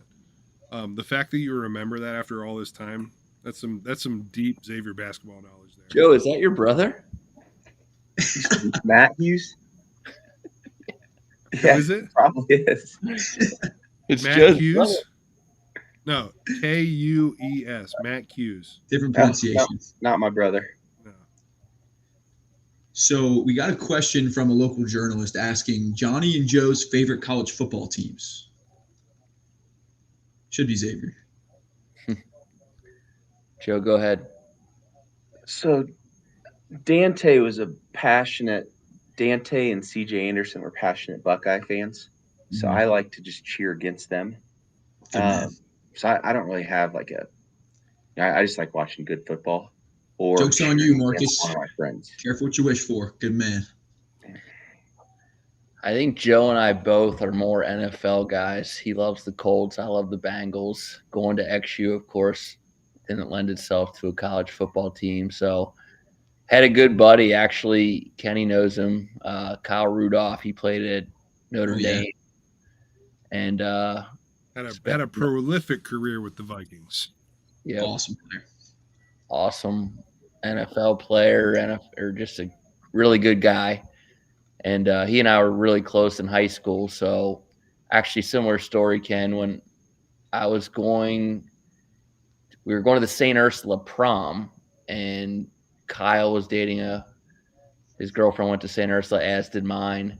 So I pull up to his house, and his dad is at the mailbox getting out just a stack of envelopes, similar to what you probably had, Kenny. And we go in, and it's like USC, Tennessee, Florida. I mean, every single school that you can think of. And it was odd because the last one was Notre Dame. He goes, this is the one that we really want. And he ended up obviously going there and having a nice career. So my long-winded way of saying, if I were to pick a college football team, probably Notre Dame. That's fair. The only As a answer. traditional Roll Blob podcast, yeah. That's the only answer. Yeah. There you that go. makes Kenny. Yeah, you and me. happy Kenny. They I'll tell you, I only met Kyle probably 2 or 3 times, but the one time we played on there was an Ohio-Kentucky All-Star basketball game, and we played in that together. And I mean, we only met each other for a few days, but by the end of it, like my family, his family, and we're like going out and getting dinner after the game, and we hung out. And I really wish that I would have cultivated that friendship a little bit more, because obviously, you know, Notre Dame's always been my favorite football school. And then for him to just end up going to the Vikings is insane. For like that like progression. And now I'm a huge Michael Mayer fan now. I have a bunch of his cards. I actually just bought an autograph of his card of his I can't remember what set it was, Legacy or something today. Man, I love getting to meet Kyle was great, because he's just a really good dude, and he fit perfectly into the mold of what Notre Dame football players are. You know, Kenny, that'd be a banger of a podcast guest. Kyle. That would be sick. There, hey, I mean, Johnny, hook me up with the digits, man. I'll talk to him. You might not even have to have me and Coop on at that point. Yeah, right. You and Kyle just We'll just talk about the All-Star game. It'll be great. We'll talk about the All-Star game, and then I'll ask him how Kirk Cousins is, and then we'll be good. That would be great. I love Kirk Cousins, though. My dad. Oh my God, Quincy, stop it! My dad comes walking into the house or walking into the room today, and he's like, Kenny, I got some information for you. I was like, what? And he was like, Russell Wilson to the Vikings. I was like, what are you talking about? And he was like, yeah, I'm hearing it from my sources. Russell Wilson's going to the Vikings. Dude, if that ends up happening, I'm gonna be so angry just because my dad will have been right. This Quincy guy can shoot the ball a little bit, huh? Ain't bad. Yeah, not terrible. He's no Kenny, but speaking of Quincy, big fan of the Roll Blob podcast. It's true. Not Paul Frischner. Ask around. That's what the people say. He, Johnny and Joe, he got off the plane for their game yesterday, and he was wearing our Roll Blob rope hat. That's awesome. Huge fan. Big fan. It's cool that you guys are doing this. I think that's really neat. I'm excited because obviously I have the people that I was around, played with, just kind of like the brotherhood of people before us, after us, all that stuff.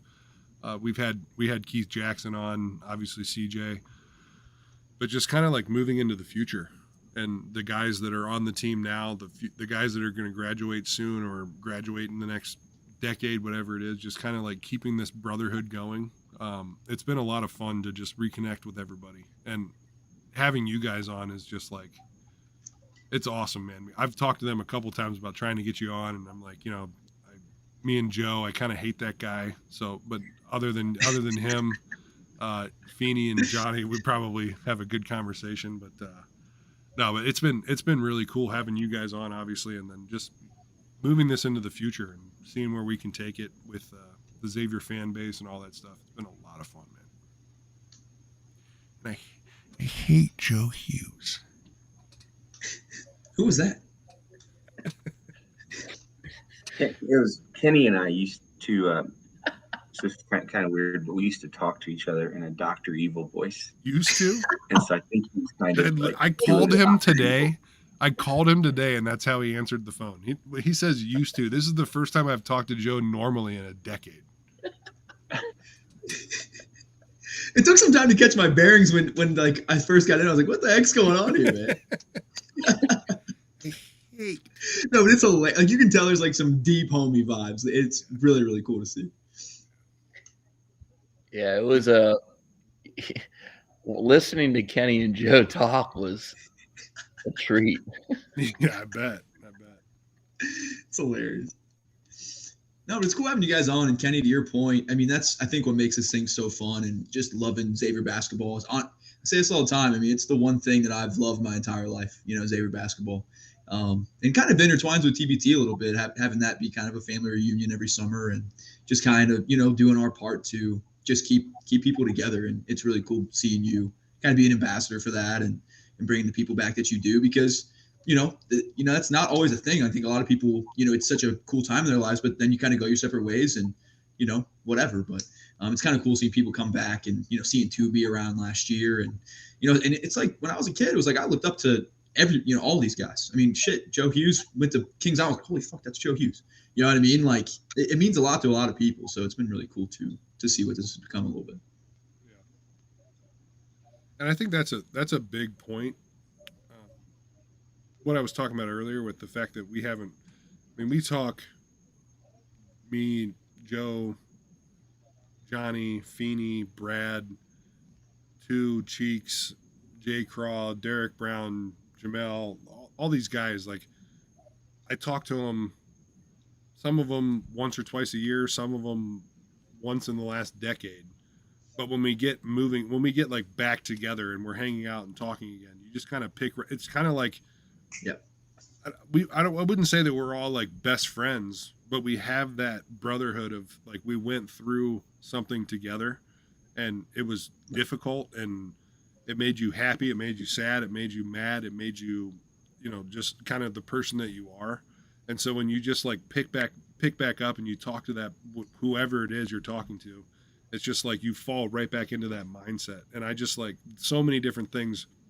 When we were talking before the stream started, Joe and Johnny just both bringing up stories about like different things that we did when we were in school, or basketball and not basketball related. That stuff all just kind of just flows back into your memories. And man, it's been awesome having you guys on.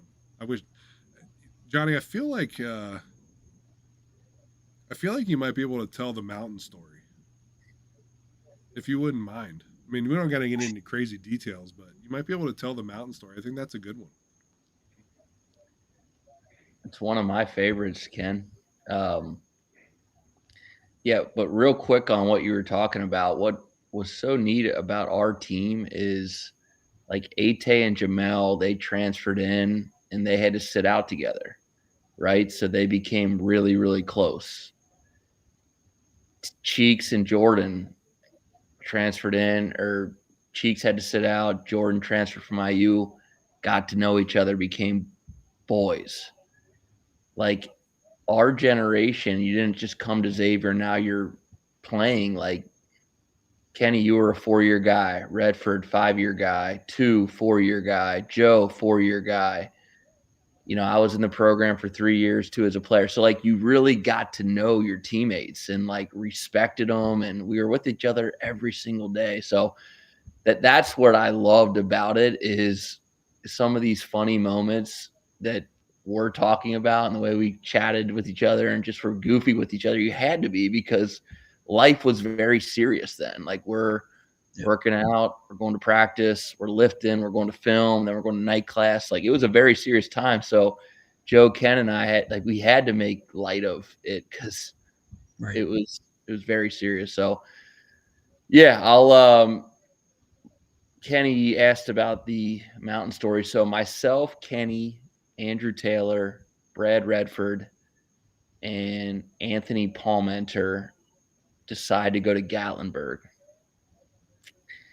And this is maybe my summer going into senior year, Kenny's summer going into junior year, Brad's summer going into junior year, Ate's summer going into senior year. And Anthony Palmenter played tennis at XU. He was going into his senior year. And we get down there, we got a cool cabin, we're hanging out, and we decide to go on a hike. And Kenny, like, I want to say didn't take care of himself, but like he was exceptional athlete. Like he could walk around in flip-flops for 7 days and his feet wouldn't hurt. Like, it's like, Kenny, like maybe get some gymmers on. Like, I don't know. Like you were just exceptional. And here I was, like, I had to work for everything I got, it was just work really, really hard. Kenny just happened natural. We were talking before about, Kenny in school. If Kenny wanted to get an A, he could get an A every single time. If Kenny wanted to like just kind of cruise, he'll get a B and be fine with it. But it just came natural to Kenny. Right. So we go on a hike, and Kenny's got his rainbow flip-flops on, and we work our way up the mountain. And, we get to a waterfall, and we're all hanging out. Brad's with us, Ate, Kenny, myself. And it's like 5:00 at night. And if you're ever on a mountain, like it gets darker. If it gets dark at 7, like with the mountains and everything, the sun might be hitting a way where like it gets dark quick. And we're working our way down the mountain, and we're starting to kind of get a little worried because light is becoming few and far between. And Kenny and I are like it's just the two of us. Like, okay, we got to figure this out. Like, we're starting to get a little worried. Like this could get a little dicey here. And Kenny tries to like take a shortcut, through a trail, and jumps over like a piece of, I don't know, was it a vine, Kenny? It was a root or something. It was like a root or a vine. Yeah, right. And he gets tripped up, like literally falls. Like caught the rainbow. It caught it caught the flip flop, and like Kenny's a big dude, and just like drills the ground, and it's just me and him. I'm like, dude. So I like go over and like pick him up, and he's like, "Oh, I'm fine, I'm fine." I'm like, all right, we got to get the heck out of here. Like this is getting chaotic. And my quote that Kenny and I, and again, this is just one of those things where you almost had to be there. It's really, really funny for he and I, but I go, and the mountain says, "Hold up." Hold up. And Kenny loved Dude, it. Like, after the man, no, it was before we were meeting up for the Sweet 16 game at House of Orange. That was like one of the first text messages that I sent you. The mountain said, "Hold up." And then we started talking about, let's hang out, let's meet up for the game, whatever. It was just like that's how the conversation started. And that was what? I mean, 15 years ago. No. Stop messing with me. It's probably 15 years ago? Might be right. 08, 09. No. 08, 09 was my freshman year. Okay, then maybe your sophomore. It was. I don't remember. I mean, you could be right. I don't remember. The junior, so that was 29, 2010, maybe. Okay. So, man, frick, 13, dude. It hurts me that you're right, because that means that that was actually 15 years ago. Jeez. Not funny anymore. No, that's such a Kenny move, man, to be hiking in rainbow flip flops, man. It was.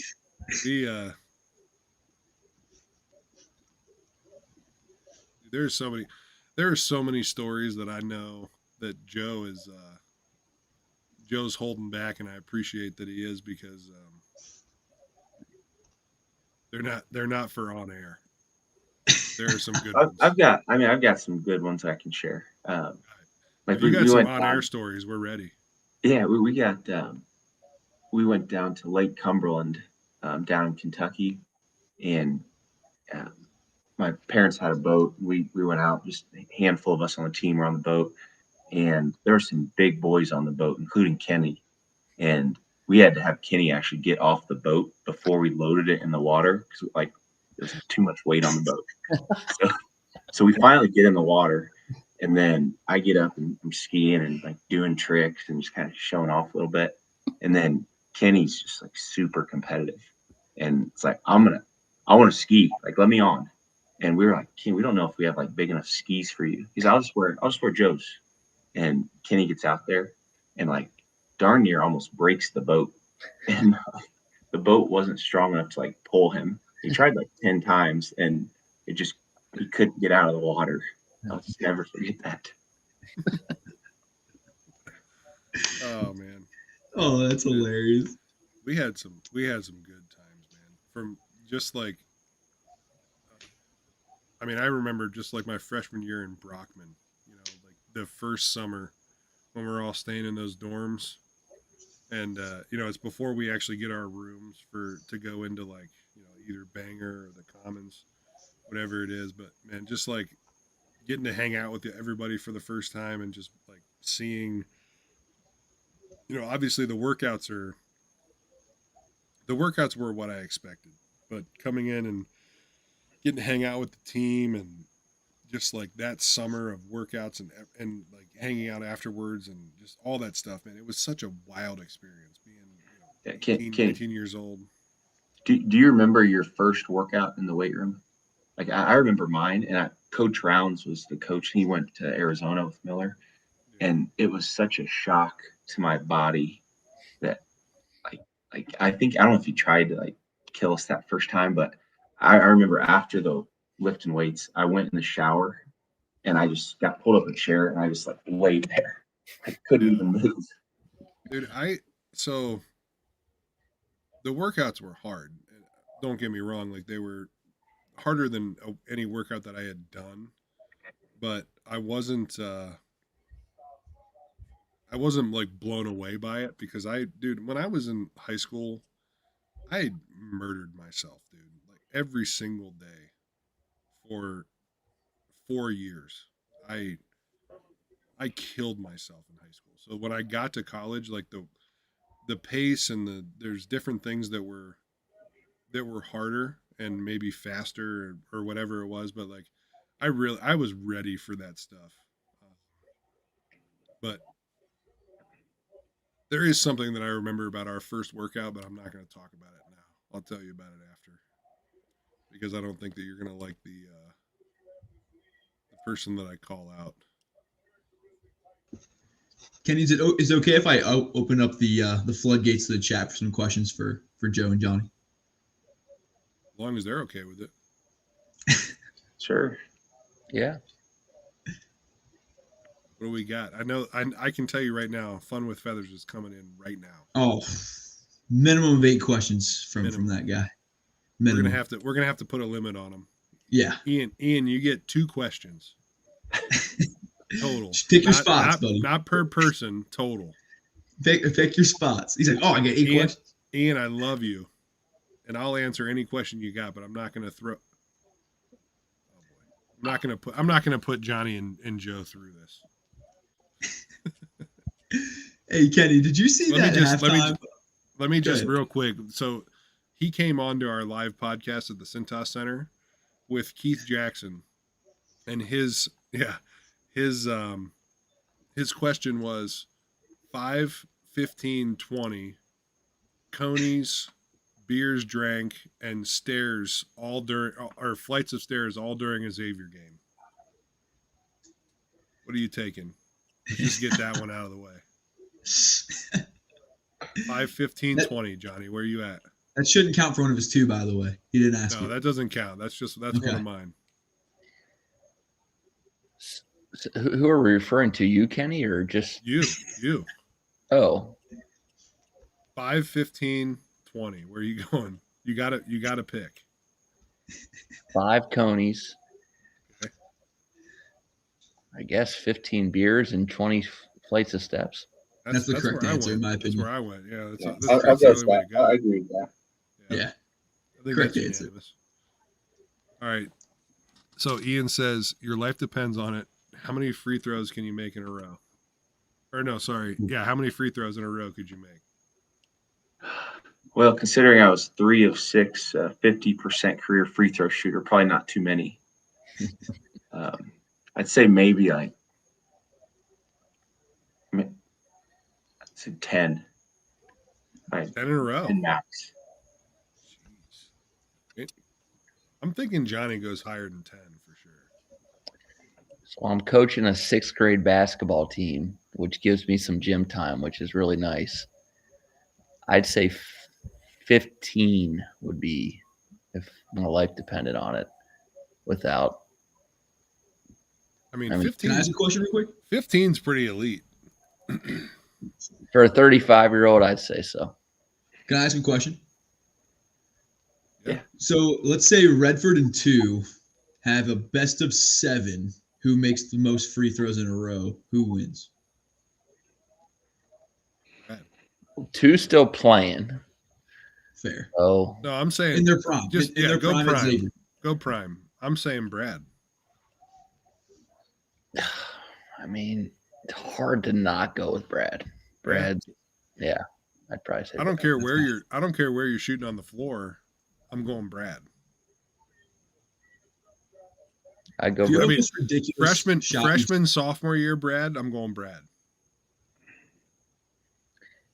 And what we're saying, free throw?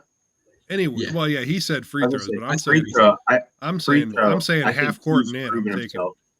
Yeah, I'm taking Big Brad. time free throw shooter in clutch situations. Yeah. Well, this is just driveway shooting free throws, no pressure. Who's making more in a row? So I'd go Brad there. Yeah, I think that's the What's obvious. the most ridiculous shot you've seen him make before? Was that like in messing around in practice or just like whatever, just shooting ridiculous stuff? So I would rebound for Brad pretty much every night. After night class, we both would meet around 8:45 in the Cintas. He'd shoot 10 shots at the 5, the corner, wing, top, wing, corner. And Cap, he'd go 48 for 50, 49 for 50, 50 for 50, 46 for 50 on a bad night.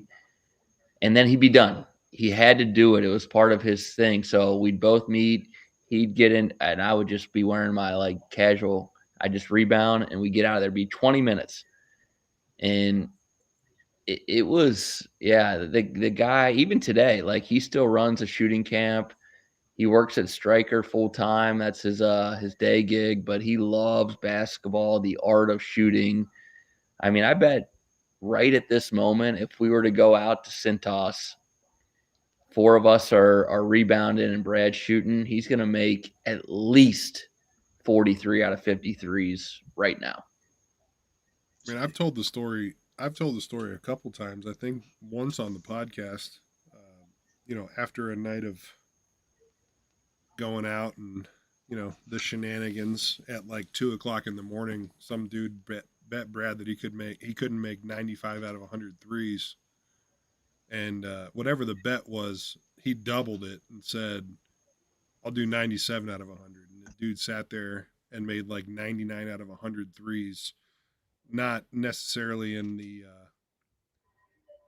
prime cognitive state, if you guys catch my drift.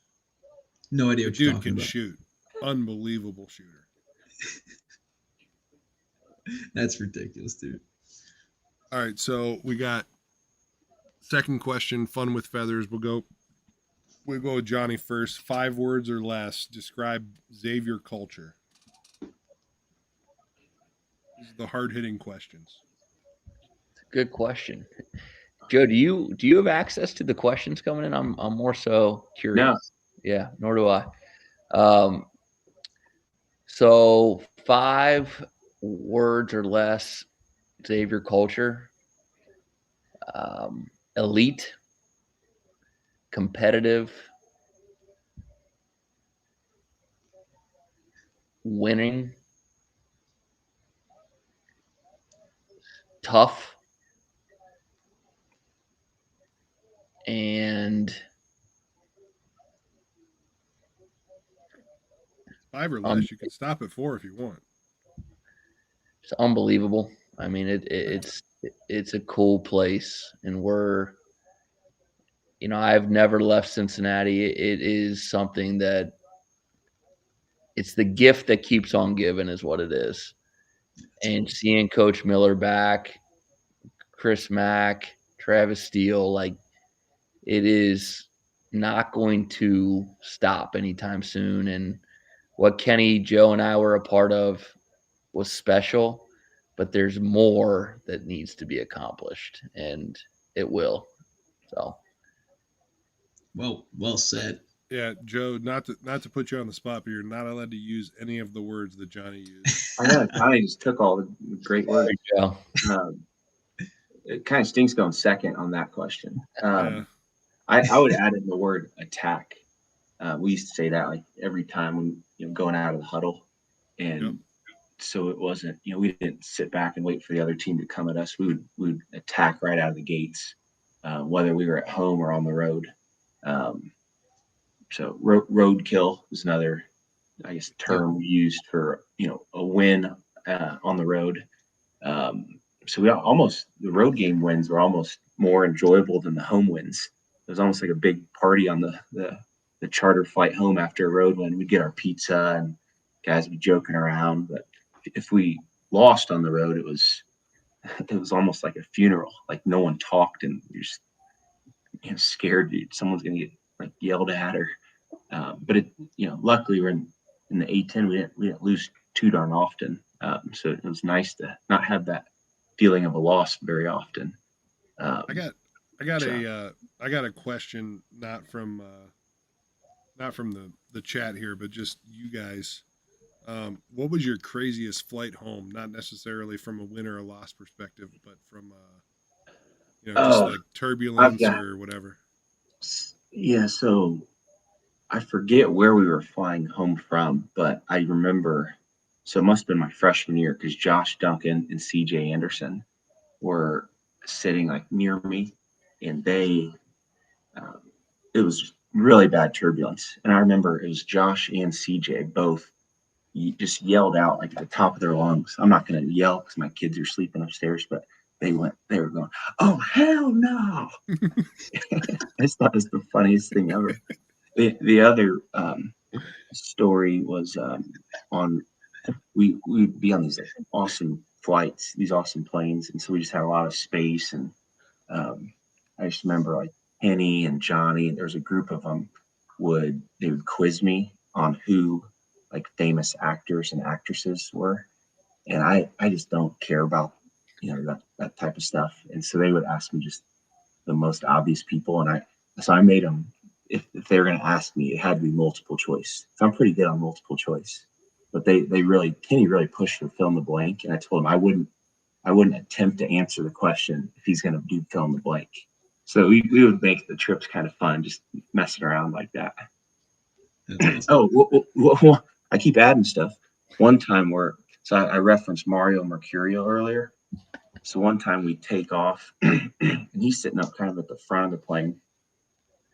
And we go over this, just like a normal takeoff. And then I hear Mario, it's like kind of quiet. And he just yells out and he says, holy shit, we almost clipped that building. And we were just like, what? I don't think we almost hit it. Building. Oh my gosh, I can remember you because that was before I got there. And I remember you telling me that story and just like knowing who Mario was at the time. Kenny, you were there, man, because I was there. Well, you were in the back probably. I was sitting like right next to him, and Joe was, because you know how like walk on, it was like coaches, managers, walk on, scholarship guys, like every bus ride, every plane ride. It's like Joe and I were always like in the middle of the plane or the bus, and Mario would be like right in front of us.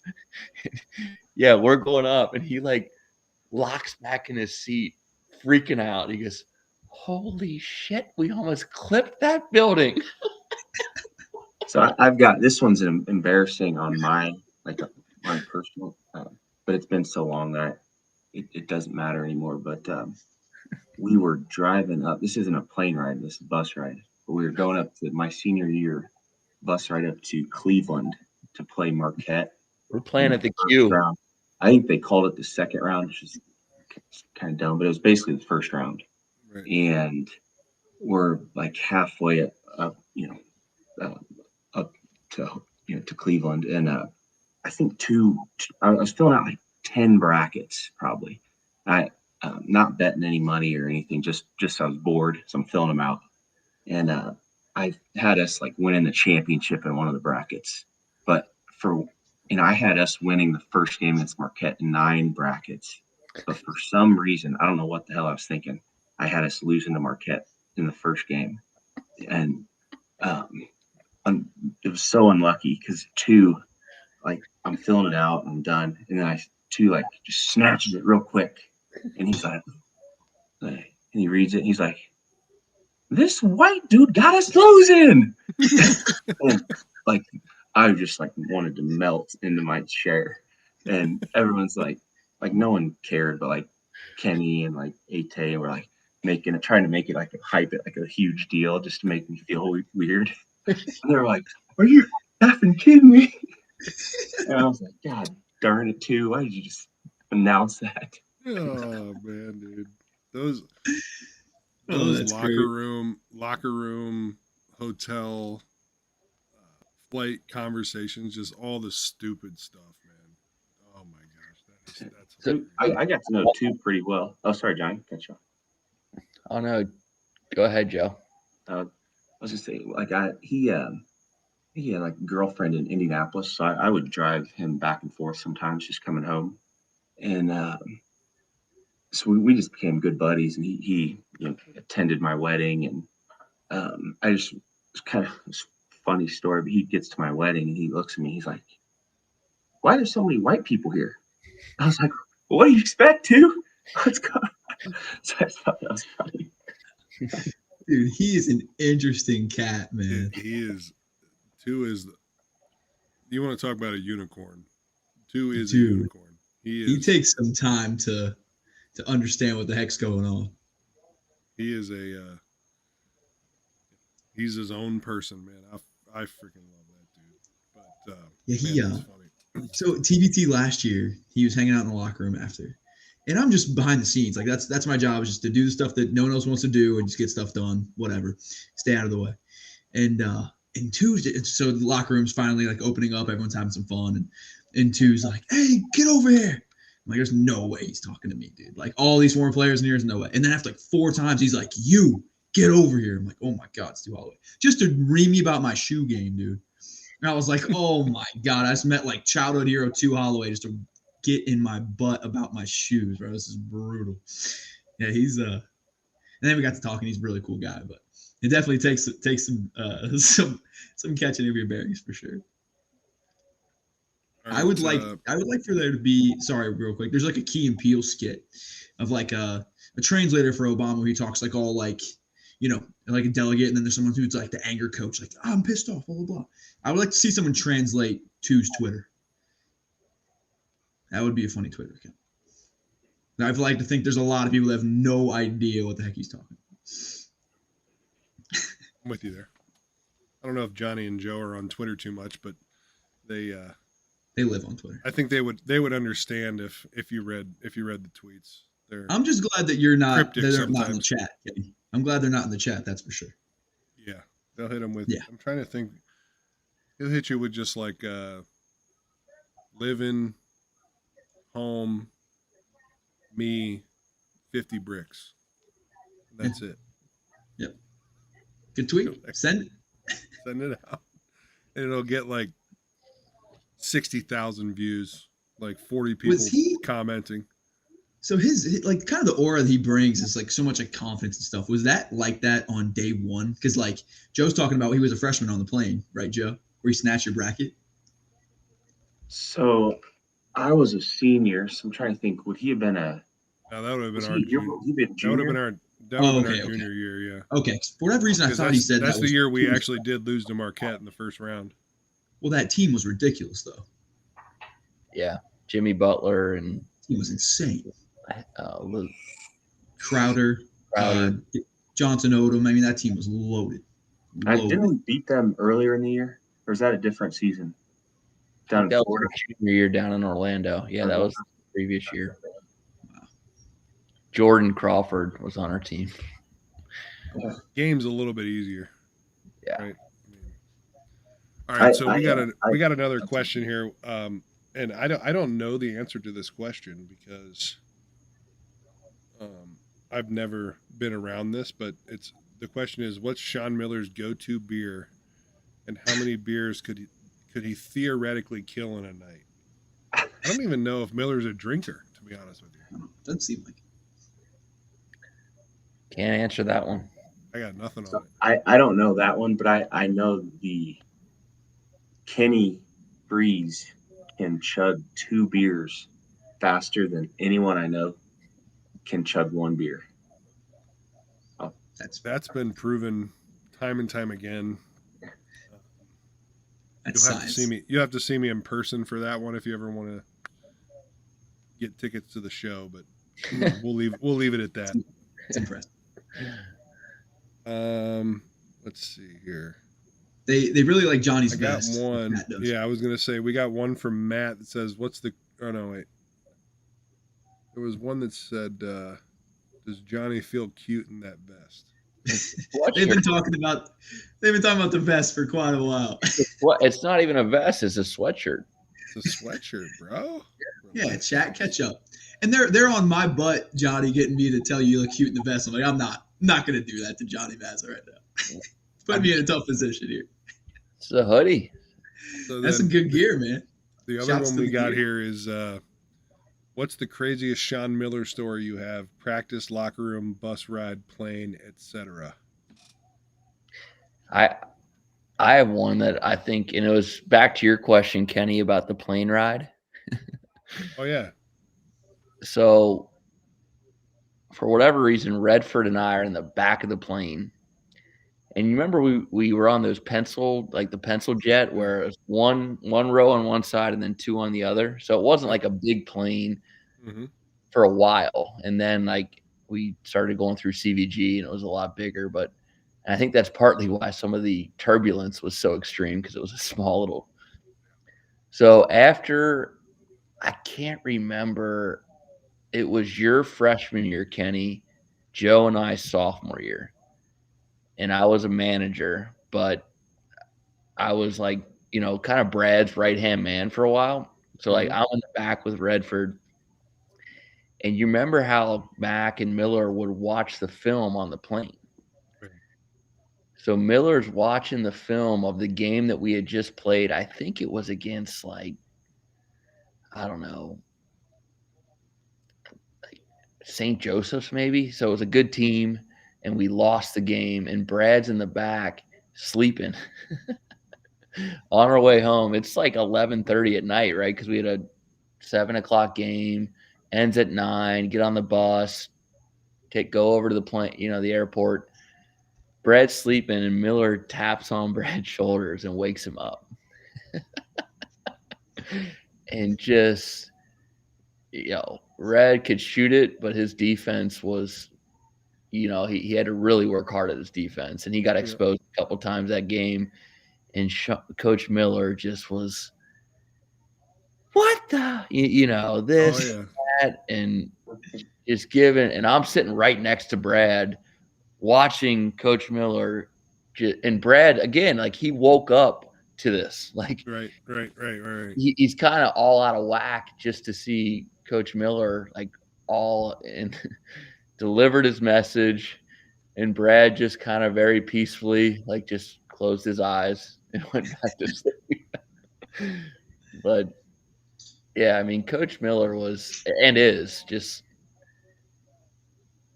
unbelievable coach, unbelievable leader, unbelievable just competitor. Like this is 11:00 midnight flying home, and he's cutting up the film, watching the film, and then going back and talking to players about it, like Derek Brown and BJ and CJ and Kenny, I'm sure a couple times. Like he'd come back to the plane, walk back and let you know how he was feeling. Yeah, and and I think that it kind of plays into the Miller story that I have that I'm willing to talk about is there's a moment when I can't remember what game it was, but we were at home and Dante had to play point guard for some reason, and I know that you guys are going to remember this. Dante got the ball, game wasn't going great, and he kind of just grabs it, takes a dribble, and then takes 2 steps and just looks around, and they called it travel. And Coach Miller just fell down flat on his back. Do you guys remember this at all? He couldn't believe that a college Division I player would do that. But yeah, and so he fell down flat on his back and just laid there. And Coach Whitford got up and was grabbing him and helping him up. And I remember him looking at Coach Whitford and be like, nobody would think this was a big deal if you didn't come help me up. Just dude, you're the head coach of a top 25 basketball team and you just laid down on the floor. People were going to realize it happened. Oh man. But you're right. His competitiveness and just the way that he approaches the game is insane. Just real quick before we move on to anything, Quincy has 43 points. Does he really? Yeah. First 43. First since 2017, Trayvon blew it with a 40 burger. Somebody's saying 41. I swear I just saw that it said. I swear. I think you're right, Kenny. 43. I think he had 41 going into the free throw line there. Right. 43 points. That's absurd. Wow. Where's the Roll Blob hat, by the way? I'm sure he'll put it on for the post-game interviews. How much you paying him to do that? We're paying him love and appreciation. In Blob coin for sure. Look at Trey. Jeez, man. I think it might be Joe's turn. So I kind of forget the question.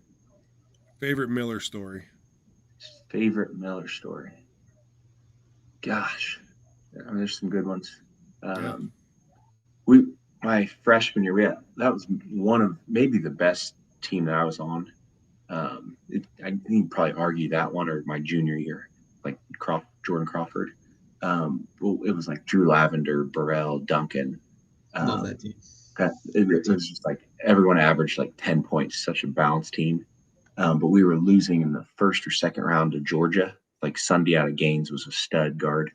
And at halftime, he just like ripped into like the seniors and just called them out. And like we came out like a totally different team in the second half. And I thought that was just a big time coaching move to, just, he didn't cuss everybody out and, do that every single game, so that he kind of picked his moment at the right time and, impacted the outcome of that game. Joe, you're so right. If someone asked me what embodies a Xavier team, it was that team. That team was something else. Love that team to death. I actually saw Stanley Burrell last summer riding his bike through my neighborhood. And I was on a golf cart out with my kids just messing around. And he passed me with his wife. And I did a double take. I was like, did I recognize him? And I whipped it around. And he did the same thing. And we met. We're like, what's up? That's so cool. Small world. So I ran into Stanley Burrell in my neighborhood. That's awesome, dude. That's awesome. What a cool moment for Quincy. Looks like his dad's there too. Really cool moment. 43 points is insane, and we haven't even been talking. We haven't even been talking about the game at all. Oh, which I know. Is great, which is a great thing because that means that Xavier's just, Right. taking care of business and winning the game they're supposed to win. But for him to score 43 points, he's really cemented himself in the into Xavier lore. You're right. I mean, how many Xavier players have scored 40 in a game? I mean, it's got to be a very short list. And no matter what this team does, whatever the outcome for the season is, I think that he's come in with his personality, his work ethic, the way he plays the game, the way that he's engaged with fans and all this stuff. Like, he has cemented himself as a Xavier great in the, 5-6 months that he's been here. It's been awesome to see. Obviously, he's shown a lot of love to the Roll Blob podcast and all that stuff. But that completely aside, he's just been a great ambassador for the program, and watching him play this year has been awesome. And he gives out free chicken nuggets. Who doesn't love a guy that gives out free chicken nuggets? That's everybody's friend right there. So it is officially post game, fellas. I wanted to show you guys appreciation, show the chat appreciation for just being ridiculous and hilarious and stuff. You're welcome to stay on as long as you want, Kenny. If you want to do some post game action, we can. But I just wanted to officially say, really cool you guys came through and hung out with us. I'm just taking a picture real quick to send to Feeney because he was asking me about the Roll Blob Pod. Taking a picture of our screen here. When we get all three, electric. Yeah, we're definitely gonna have. I mean, unfortunately, I feel like a lot of the stories have been told already, but there's probably we've only scratched the surface. We'll get you guys on for a podcast, and it's gonna be a lot of fun. Nice. Whew. Take call-ins. Stream's no joke, boys. Ian wants to call in, but hey. Oh my God. You know what, fellas? I think Ian. It's a little late for that, Ian. I appreciate you wanting to come in, but I think Johnny and Joe, they're dads and working men. It's 11:45 at night. I think we got to let them go. They don't want to listen to a kazoo. I don't think they do. A guy having a good time on a Saturday night. But hey, Johnny and Joe, I really appreciate you guys coming on, and hopefully we'll be able to connect soon, get some more Roll Blob content with the. I'm just gonna go ahead and say it. The best walk-ons that Xavier's ever had. I mean, am I crazy? That's not a crazy take at all. I mean, it's honestly said in Xavier fan circles, goat walk-ons. It was an era of walk-ons that really cemented what the Xavier walk-on should be, or really just the walk-ons in any program. So, obviously me and you two have had a lot of experiences together and a lot of fun times, and being able to kind of relive some of that and just reconnect a little bit on the stream tonight has been awesome. So I appreciate you guys coming on. We appreciate you having us, and Cap, it was nice to meet you, man. And Kenny, always good catching up. Certainly. I hate Kenny, this was awesome, man. Really appreciate it. Cap, you too. I don't know what happened to Cap. It looks like his oh, there he is. Hold on. Let me put him up on screen here. Oh, he's on another Yeah, one. I got cut off right as Joe was giving my. No, I'm just kidding, but no, Johnny, it was super cool, dude. Like really cool. You guys came out and did. I know you have a lot to do, but it was really really cool to talk to you guys. You guys are great, and I'm Kenny, I really want you to understand, like, you are a big part of Xavier. Like, what you're doing, who you are, what you did while there, and what you're continuing to do. So keep up the good work, because it's really neat to see. And seeing Emily tonight, like, those are unique. It's cool. It's part of the Xavier way. You guys met there, and it was a treat to be on the stream. So thank you. And Cap, so nice meeting you last year at House of Orange, and hopefully we're in another Sweet 16. All right, hey Johnny, the way we sign our streams off is we just hit everybody with a stay blobbing. So if you could do that for us, we'll end the stream on that.